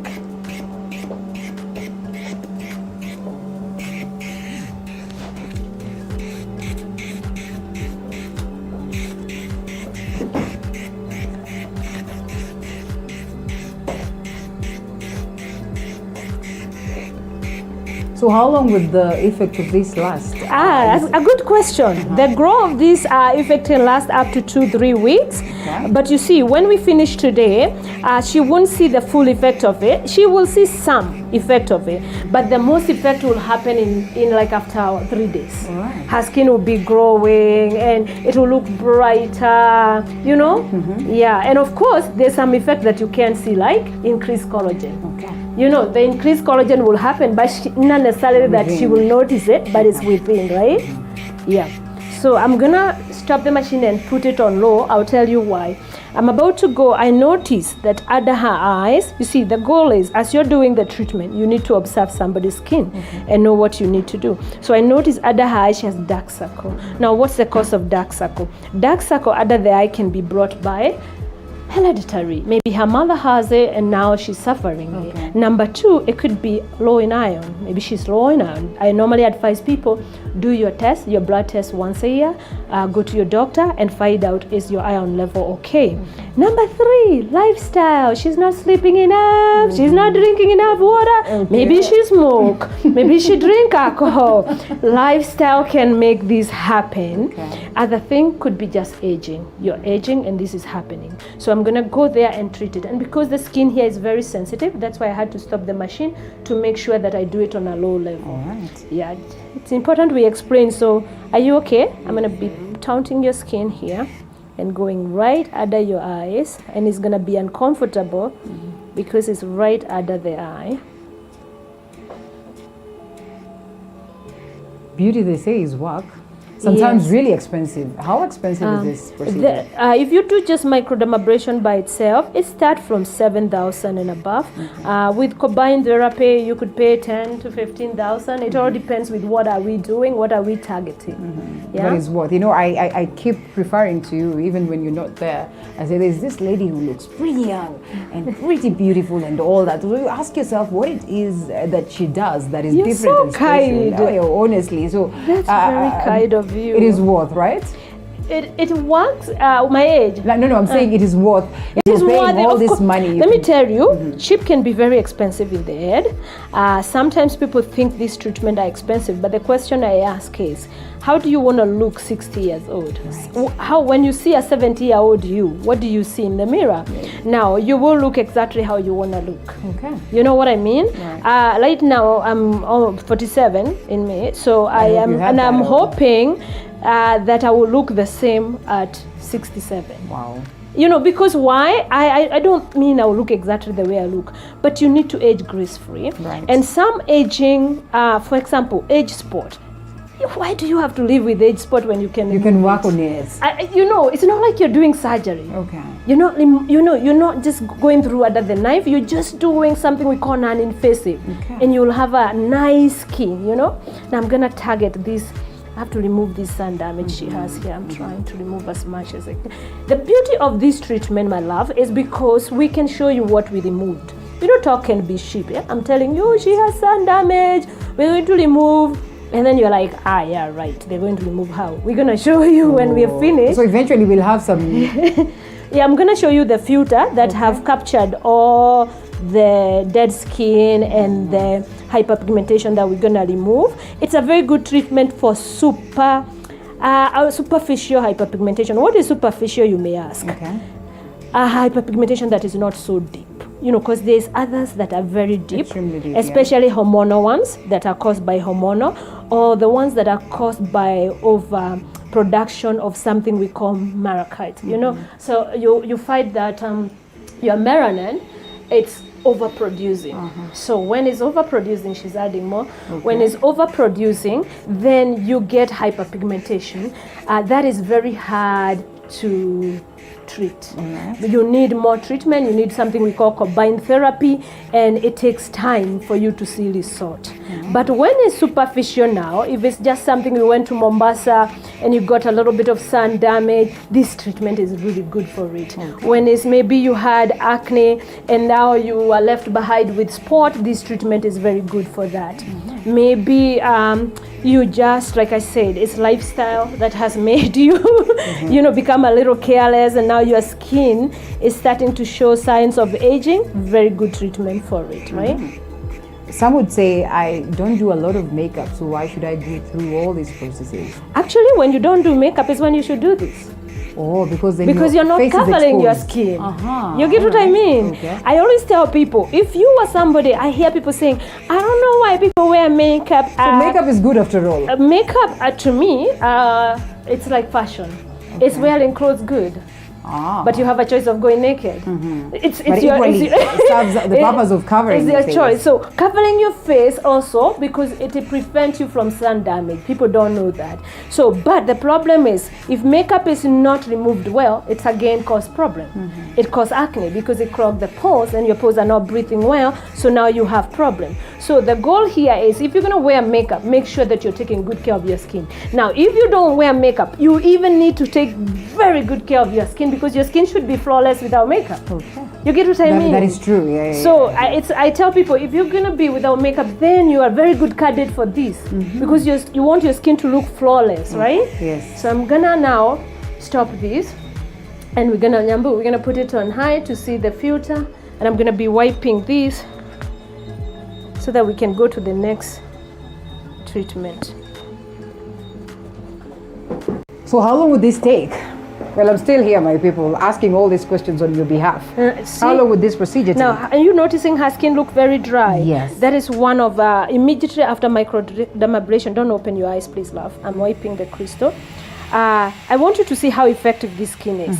This looks dry, but it's like underneath there's some. But by the time we finish, it will be very smooth. By the time we finish with all the procedure, but you see now how dry, because I removed. We're gonna show you what I removed. And so now the top layer of her skin is gone, literally. Oh, okay. So can you imagine if she did 3 or 6 treatments of this? Yes. Her skin will be so good. Nice. So because anyway, that's what I was telling you. It looks dry, but you can tell that underneath there's something smooth about it. we will show them when we finish all the procedure, and they will be the judge of whether it works or not. whether we did something or not. Now I'm just gonna show you the filter, because it's very important you see what. Whoa, cameraman! I don't know whether you can see. I need you to see. You see all that black? The black. I don't know whether the camera can see. Yes, I don't know where to put it for it the can. camera There to you see. go. So all that she wants to see. Okay, honey. You want to open your eyes, not unless you sit up to see. See that? She really had a lot of sun damage.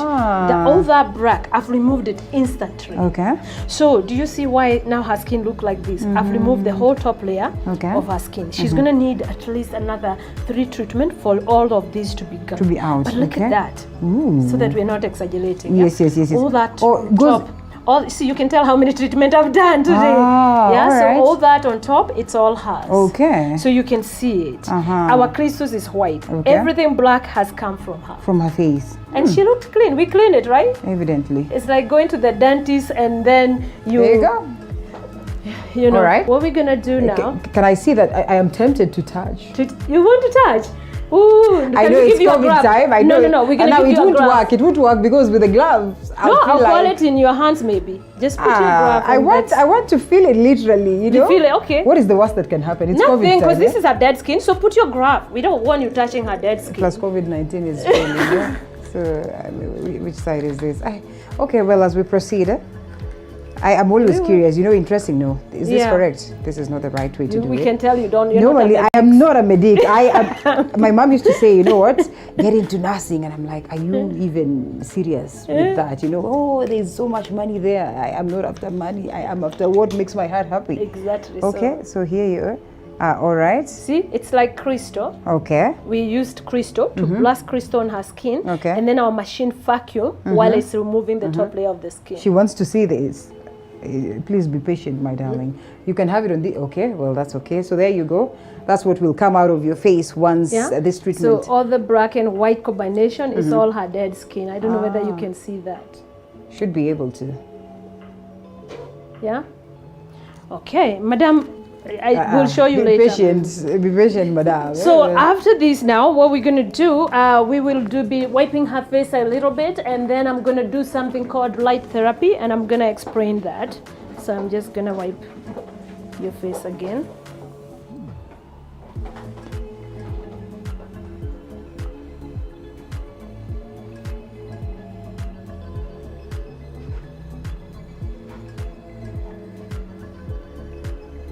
So how long would it take approximately to have this procedure done on you? Well, it's about an hour.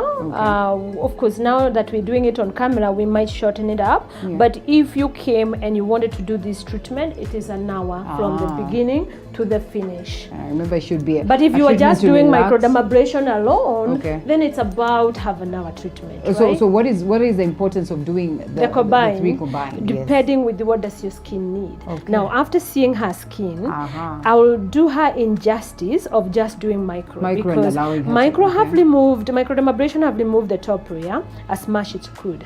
Now I'm going to do light therapy. The light therapy, I'm not the one who's even going to be doing it. It's a machine. I set it up. Now, what happened is, as we can speak as you bring the machine, yeah? The machine, please. Okay. And I can explain. So I'm going to be covering. So you're done her. with that particular machine? Yes. Now Okay. we're going to move to the next machine, and I'm going to be covering her eyes, and you're going to wonder why I'm covering her eyes. Yes. The reason I'm covering her eyes, we're going to use diode lights, and it's going to have also magenta, right? Okay. The reason we're going to be using light, there will be different color of light going. The most interested light the one that I'm more interested in, the light, is the green light. Now, what does the green light do? It's going to go to the skin and target something called chromophore in the skin. Okay. The chromophore in the skin that we are targeting right now will be the chromophore water. And it's going to go turn that water and almost like an agent that is going to clean the skin from inside out to clear this hyperpigmentation. All right. We're going also to target the chromophore protein, which is the collagen, to induce the collagen so that we can suppress the signs of aging. She also have little lashes, so I'm going to use blue light. The blue light will go and sap. If you had any PP acne, it will go and sap it. Now, do you see why we covered her eyes? Okay. This is the reason we covered her eyes. Yeah. So that is blue light. That is blue light happening now, and so I'm gonna make sure the machine is set in a way that she's getting treatment where I need it. Okay. So once we do this now, this machine really does its own thing. It's a computer. You set it up and it does its own thing. Okay. We do have other lights that are portable, but they're not as strong as this light. You know, we use them when we go outside the clinic, but to be quite honest, this is because it's stronger. So, and it uses low lights, diode lights, like I said, magenta light. So, and it's gonna be treating from inside. What I like about this treatment, it's a treatment that gives you 5 treatments. 1, it treats hyperpigmentation, the superficial one. 2, it treats acne. 3, it rejuvenates the skin from the cellular level, so therefore it increases collagen because it kind of stimulates the fibroblast and increase collagen. You know what I mean? 4, it detoxify. Can you imagine? Wow. It's also doing, I know, when I said detoxify, people are like, you mean skin have toxin? Of course skin has toxin from the free radicals in the air. So it's going to take care of that. Number 3, if you keep on doing this treatment, you will notice your fine line, if you have any laughter line, they reduces, they're being suppressed, and your skin.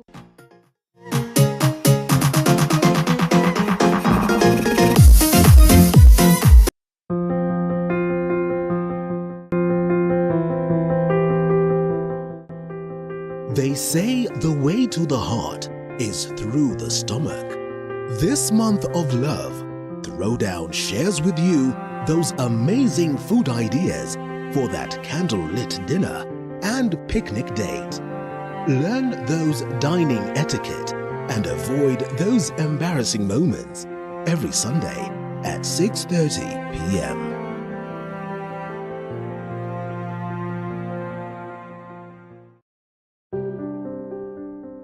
What's the perfect way to kickstart your day in the morning? Well, apart from having a healthy breakfast, the Morning Cafe is all you need. We will inform you on what's happening on the roads, dive deeper into the newspapers, alongside heated political debates. I have to fight the order. Yes. Order. Did you know that your greatest wealth is health? Then we start eating right, and that's what I do in my clinic. With some good Friday vibes.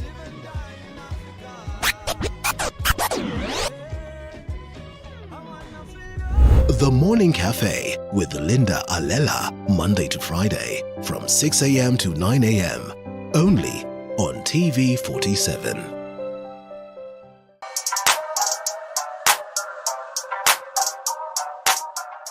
On the Grind, we bring you different entrepreneurs who give the story of their businesses with love and passion. I'm a musician forever. This is something that is inborn. It excites me each day. It's a field that has always excited me. Because when you show love to your business, it will show love to you. The most rewarding bit of being a photographer is seeing a bride able to see her images of her wedding and evoke emotion in her and just relive the moment once again. Get to hear these stories and so much more every Monday at 7:30 p.m.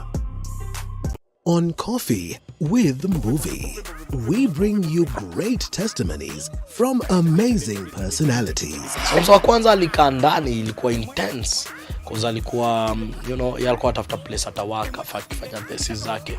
Stories that will inspire and encourage you. Hiyo kitu ilisha waswa ni clap. Sheila told us this is what we've been looking for.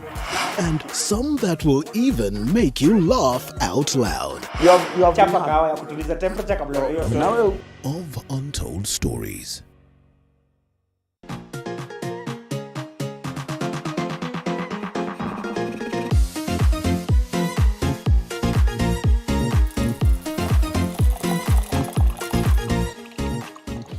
Does it also work on the eye bags?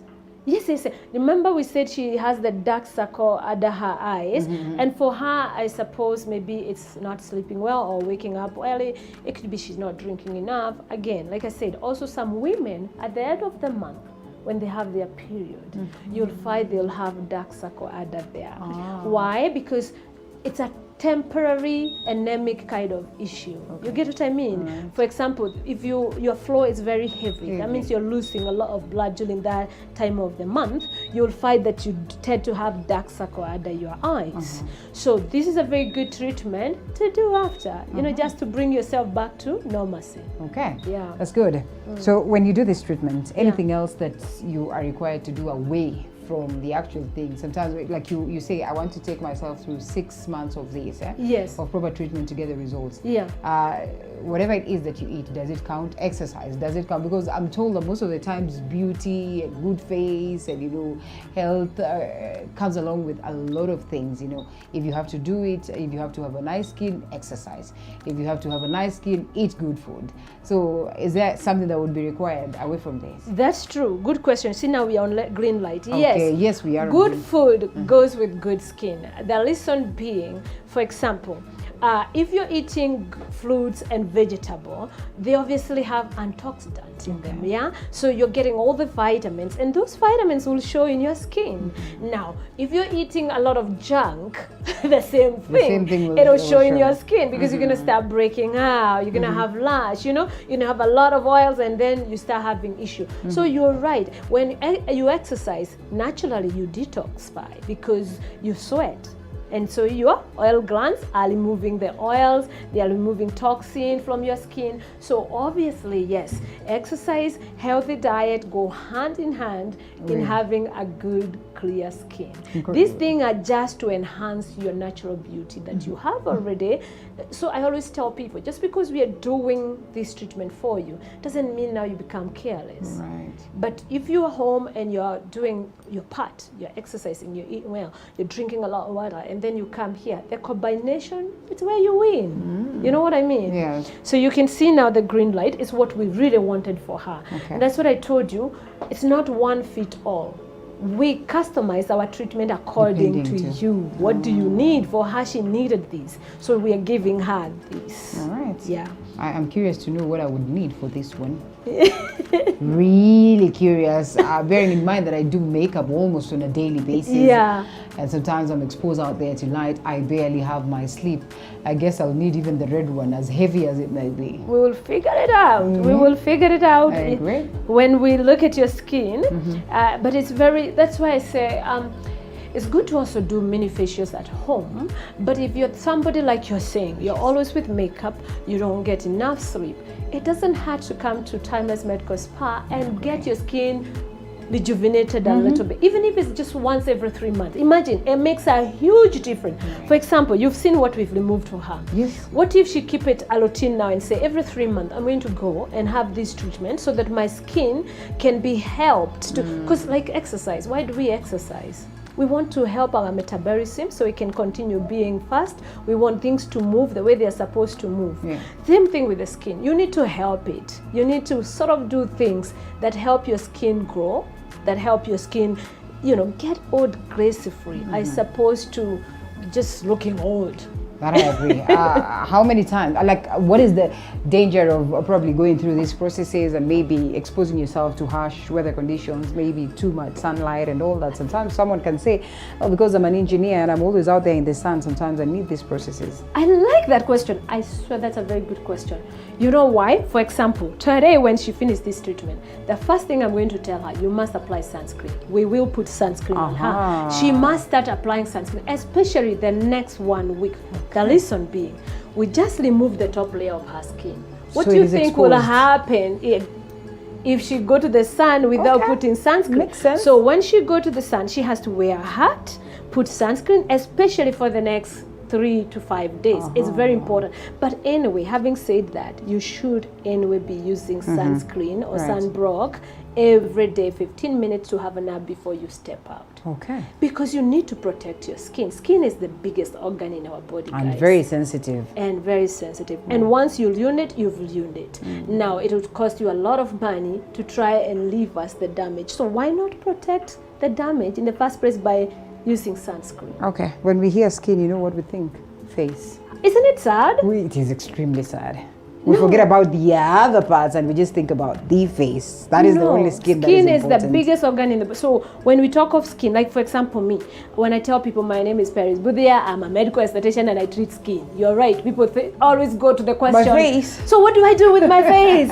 I'm like, why not ask me what do I do with my cellulite? Why not ask me what do I do with, you know, with a hair removal? What, you know, skin, it's the whole from here all the way down. Yeah. So when we say we treat skin, we just don't treat face. All right. So this procedure can be done on the entire body. Like for example, assume she had acne on her belly or her back. A lot of people tend to have acne on the back. Yeah? Yes. We would move the same right and treat. See, if we wanted to treat her hands, you would definitely do that. Now, can I feel whether there's some heat? Okay. That's how curious you know what get. I mean? Yeah. So that's why I'm saying it's a whole body treatment. Okay. Yeah. So what we're gonna do now, we're gonna be finishing with this part, and the next part we're going to do is gonna be a mask. Yeah. Before we do the oxygen, right? Okay. Okay. That is masking her face. Yes. It looks good though. It looks good. Like doesn't it already? Look, there's a heat. Notice this skin now is starting to mash up with this. One. So what if she had few more treatments? Oh. You see? I hope you're listening to us. I hope she is, and I hope she will continue with the treatment. Yeah, I hope so too. You know, you can see the skin was really dark here, but now it's starting to mash up a little. Oh, that's good. And a lot of people you find, their neck look darker than their face. And I'll tell you why. Most people will mask, they will put makeup here, but then they have a low cut, the neck is exposed. It is not protected. They didn't put sunscreen, so you always find people's neck.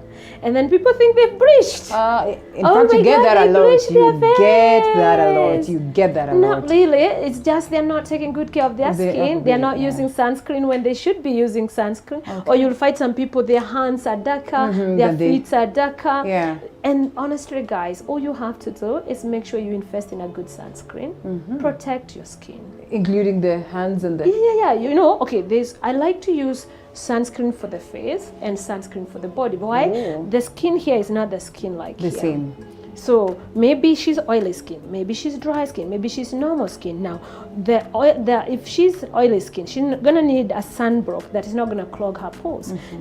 The body might need a heavy one, yeah. You see what I mean? One, so I wouldn't advise people to go buy one that they use for the body and still use it for their face. Well, if you don't have another alternative, it's better than nothing. But I tend to find out that people who do that, they get issue in their skin. They start breaking out because it's clogging their pores and stuff like that. So you're better off using the one that you use for your face, or these are the parts of the body? Yes, instead? or buy two. One for the body, one for the face. face. Yes. Okay. So what we're gonna do now, the mask we're gonna be using is gonna be pushing active ingredient to her skin. Okay. So what I'm gonna do first is apply the product on her skin, and then we're gonna do the masking. Okay.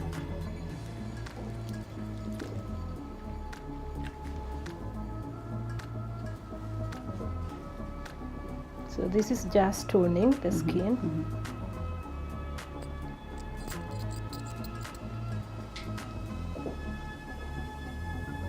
Does it feel like menthol? A little bit cooling? Yes.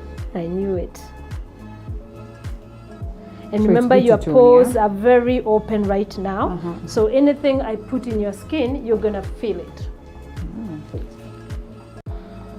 So now, remember we said she has dark circle. I'm going to try and treat that with also applying eye serum. So I'm going to put eye serum light here. And this, at her age now, she should start using eye serum twice a day, in the morning and in the evening. Yeah? Okay.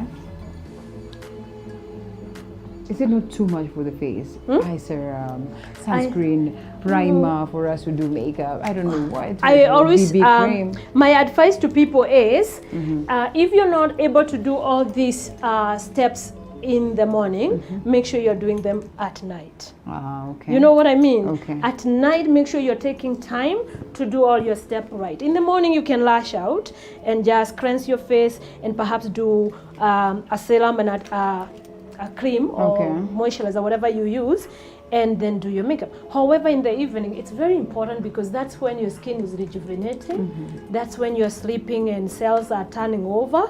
So you need to really do good skincare routine. Yeah.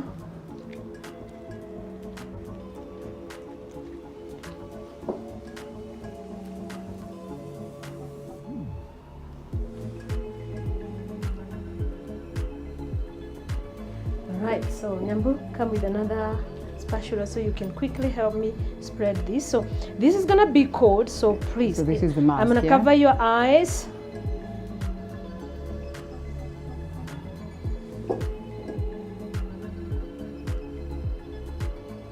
Oh, you cover the eyes too? We need to treat her eyes. Remember I told you here, we don't do one fit all. Her eyes she really have serious dark circle. Okay. And I need to treat that. This mask is covered with vitamin A, vitamin E, and vitamin C. Wow. Active ingredients that will be pushed into her skin because right now the pores are quite open. I'm gonna cover your mouth, relax. Yeah? Relax, let go your mouth. And then relax, don't open it, relax. Well, see, it comes with a price, my people. It comes with a price. Trust me, it's a very nice treatment. You relax. Most of my clients, when we do this, they fall asleep. We have to come wake them up. Wake them up later, yeah? Just trust the process. We have to come and wake them up because once you close somebody's eyes like that, it tells them sleep. Yeah. You know what I mean? So this is why I said we don't see. Now this mask I give her, if I was to do your facial, doesn't mean it's the same mask I'll do to you. Okay. Because depending you don't again. need exactly what am I trying to treat. You know what I mean? Yeah. Okay. So it gives you the rigid feel of a mask, like it holds your face together. Exactly. It tightens and it treats at the same time. Yes. Right. So this one for her I did is treating the hyperpigmentation, is treating the dark circle under her eyes, is rejuvenating her skin. So it's doing all that at the same time.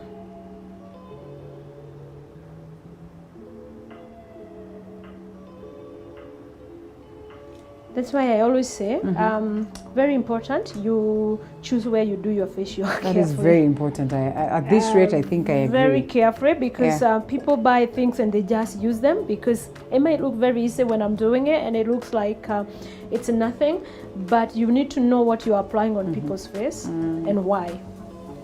Are there times such would react on people?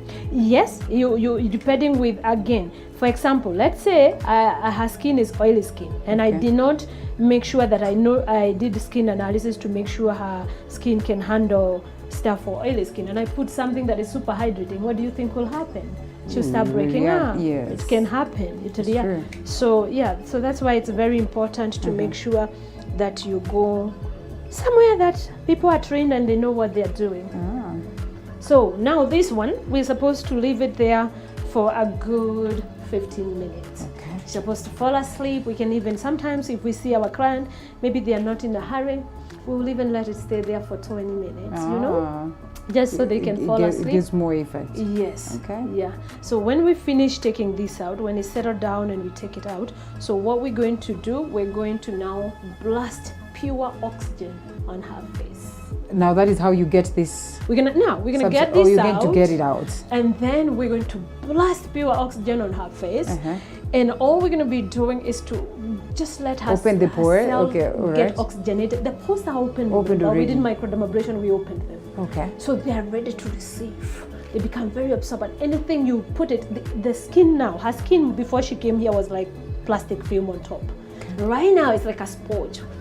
Sucking everything I put on it. And that's why it's very important to do all this treatment after the microdermabrasion. Because now the skin is sucking every goodness that you're doing inside. That's good. You know. Sun rays darkens the skin and all that. The people who've probably gone through a different treatment on screen, maybe bleach their skin, and you see sometimes how it gets dark at some point. Yes. Is there a way you can reverse this process? Yes, but it takes a lot of time. Now, it depends how much damage did the skin get, because what happens is as people do bleaching, especially the topical cream, it eats the skin, and so the skin becomes thin, and so eventually what happens is the skin is almost like tissue paper and it tears very easily. So we have to be very careful how we handle that skin. First thing is to make sure we sort of the skin, we call it the barrier, has been compromised.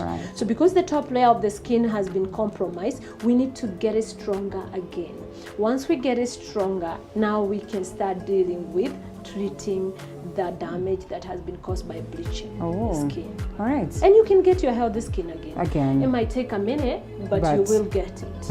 Yes. I think that's the most important thing, the aspect that, you know, you will get it eventually. Yeah. You invest on that for as long as you but get the it best back. thing is to not do it in the first place. I mean, you know, sometimes you don't even know. You know, sometimes you just treated to something and you're told this would be the best moisturizer around. Before you know it, you know the first effect is always very nice. Very true. You find yourself looking so good. And then most of the people I've spoken to, they say it is tempting.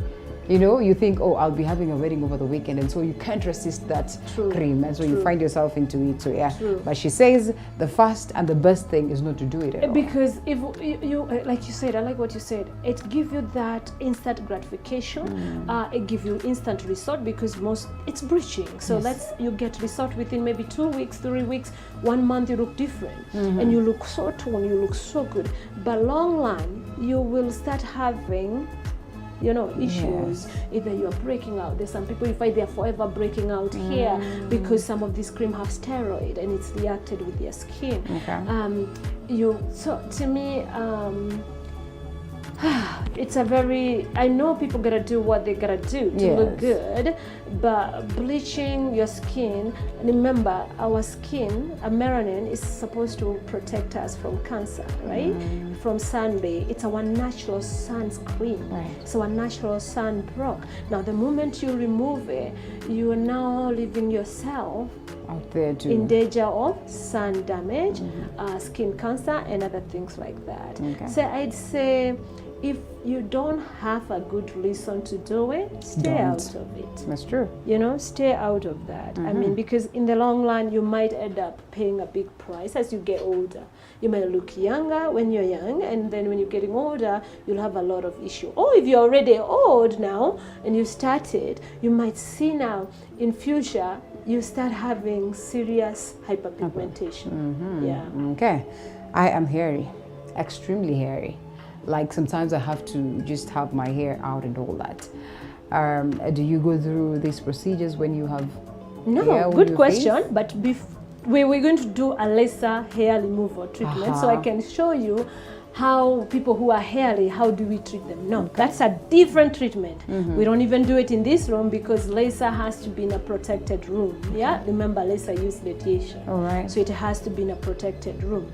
So that is a different entire treatment. But I'll make sure I show it. You better show me. I'm looking forward to that. I mean, that one, I'll be a client for that because I am hairy, so to speak. Yeah. Sometimes I hear people say, oh, nywele yako imeanzia hapa. I say, well, that's how I was born. Some of them are like, baby hair.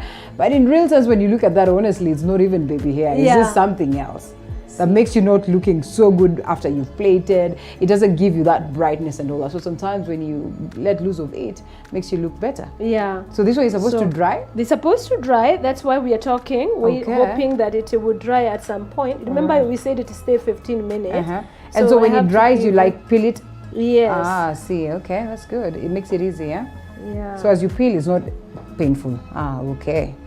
No, it's not those ones that I'm you do curious. charcoal Can I peeling, whatever judge? that pull there. Yeah. That's good. Yeah, look at the skin. Look at this skin, guys. Look at this I mean, the difference is evident. Look at this skin, yeah? You want a mirror? I love what I do. I This- do love oh, you love what I you do. You I evidently love what I Imagine to give someone a little life. You're just making someone look do. I beautiful. love what I do. I understand. enjoy what I do simply because you make people feel different. When you look they good, you live feel here. good. Yeah. Wow. So the work now is to make sure we remove the excess mask that went where the hair is. And then we make sure that we blast the oxygen. Okay.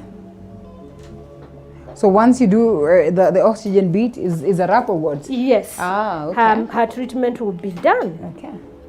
Yes. So here we're just gonna remove this excess. There's no point where you have to wash your face? No, her face has been washed. Okay. So now imagine if we wash the face, With all water this now, special active ingredient we put in her face will be waste. Oh, okay. You know what I mean? So after how long her should face, one that's why wash we their wash her face? face very good before we start. Okay. Yeah. So maybe she can have it for like the whole day and then... The whole day as you we go to- actually ask people not to wash their face. You only wash your face when you're going to bed. Allow these things to stay in your skin to continue, because they're gonna continue, you know, going deeper and deeper layers. Okay. And making sure that her skin is looking good. I was wearing gloves with what do you call it? Powder. My hands are all white. White. No, we still have a lot of trying to get it out. A lot of this in her mouth.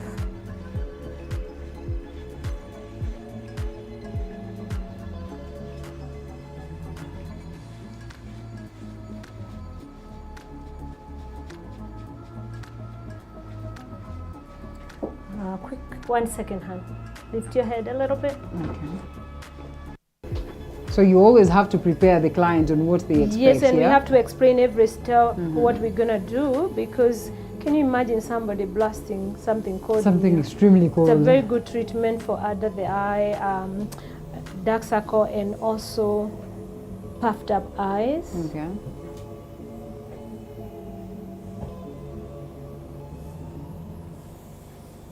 Gotv, you really need an eye serum because your skin needs it. Please don't open your eyes. Now that you speak of eye serum, what do you need to do, especially when you have a serum? Do you get stuff from the same product, from the same, you know, like Brand? company? Yes, brand. Yeah.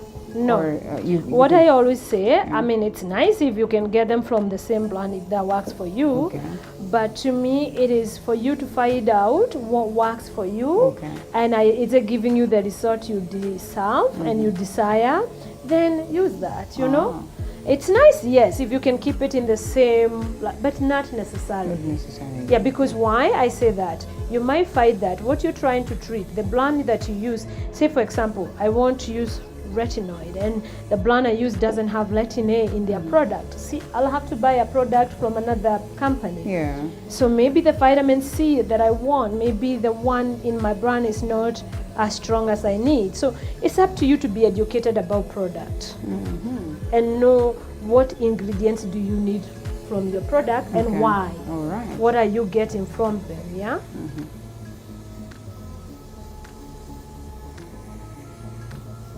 How important is this for the skin, the oxygen? It's very super important because, like we said, we basically it's just the cells that we are feeding with oxygen. Because why do our cells start aging as we age? Number one is oxygen. We don't get as, remember, right now outside everything is I know, there's messed up. literally nothing like oxygen outside. Right? Fresh air It's is not, almost it's like gone, right? like a dream, true. Pollution, right? So you really don't get the pure. Yes, you get it, but is it really pure? Not at all. So we're giving you pure. Okay.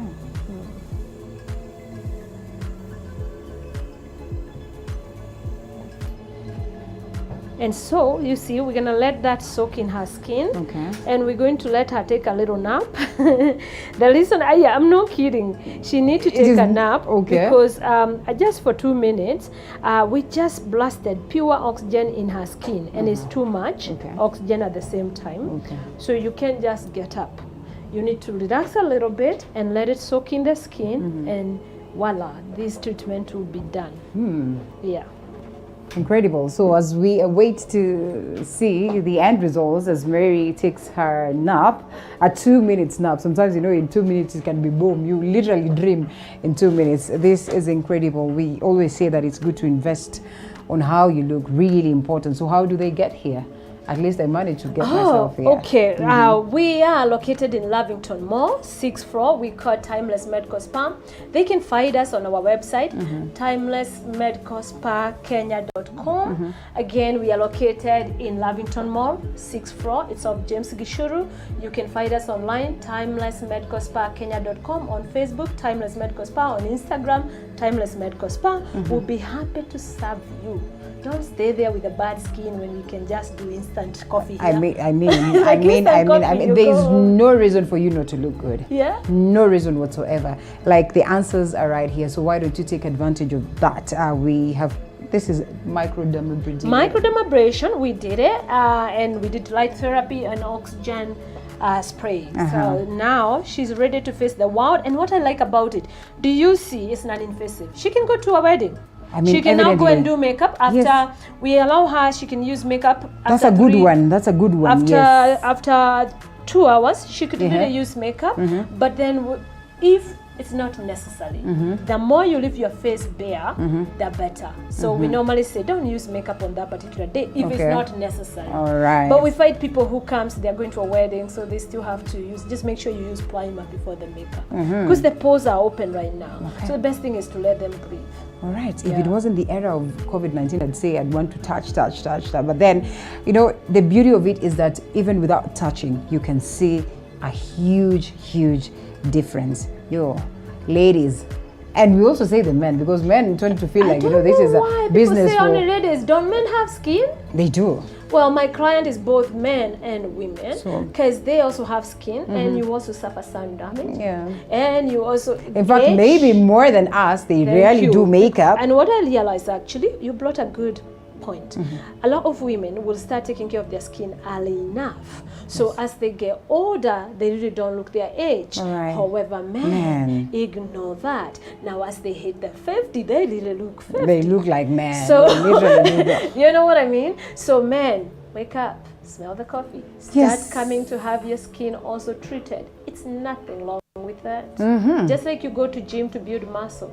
You're building muscle for your face. Paris, thank you so much for having us. Watch out for the next episode because I'll have the procedure on me, right? Yes. I mean, it's only fair. How can you come here and live like that? I mean, I cannot leave like that. We must do something. Thank you. And also that laser one that you spoke about for the hairy ones like us. Yes. There's something for Let me know. There's something for everyone. There's something for everyone here. We're stealing someone's slogan, but yes, indeed, there's something for everyone. So can we see her? Sure. She's good. You can open your eyes if you want to. There you go. The results are evidence. I do not need to say anything. Thank you so much for staying tuned with us. I always say this is my favorite segment because I get to take you across the world, make you experience different things, remind you of what is out there. Walisema, kutembea kwingi ndio kuona mwingi. It's not like kuishi kwingi. Kuishi kwingi, you can ishi kwingi, but you're on the very same spot for ages. So we walk around the world in search of good things that you need to see, good things that you need to know. And boom, today is all about the face and how you can look good. Asante sana. You're most welcome. Thank you so much, and thank you so much to the model. And thank you. Thank you.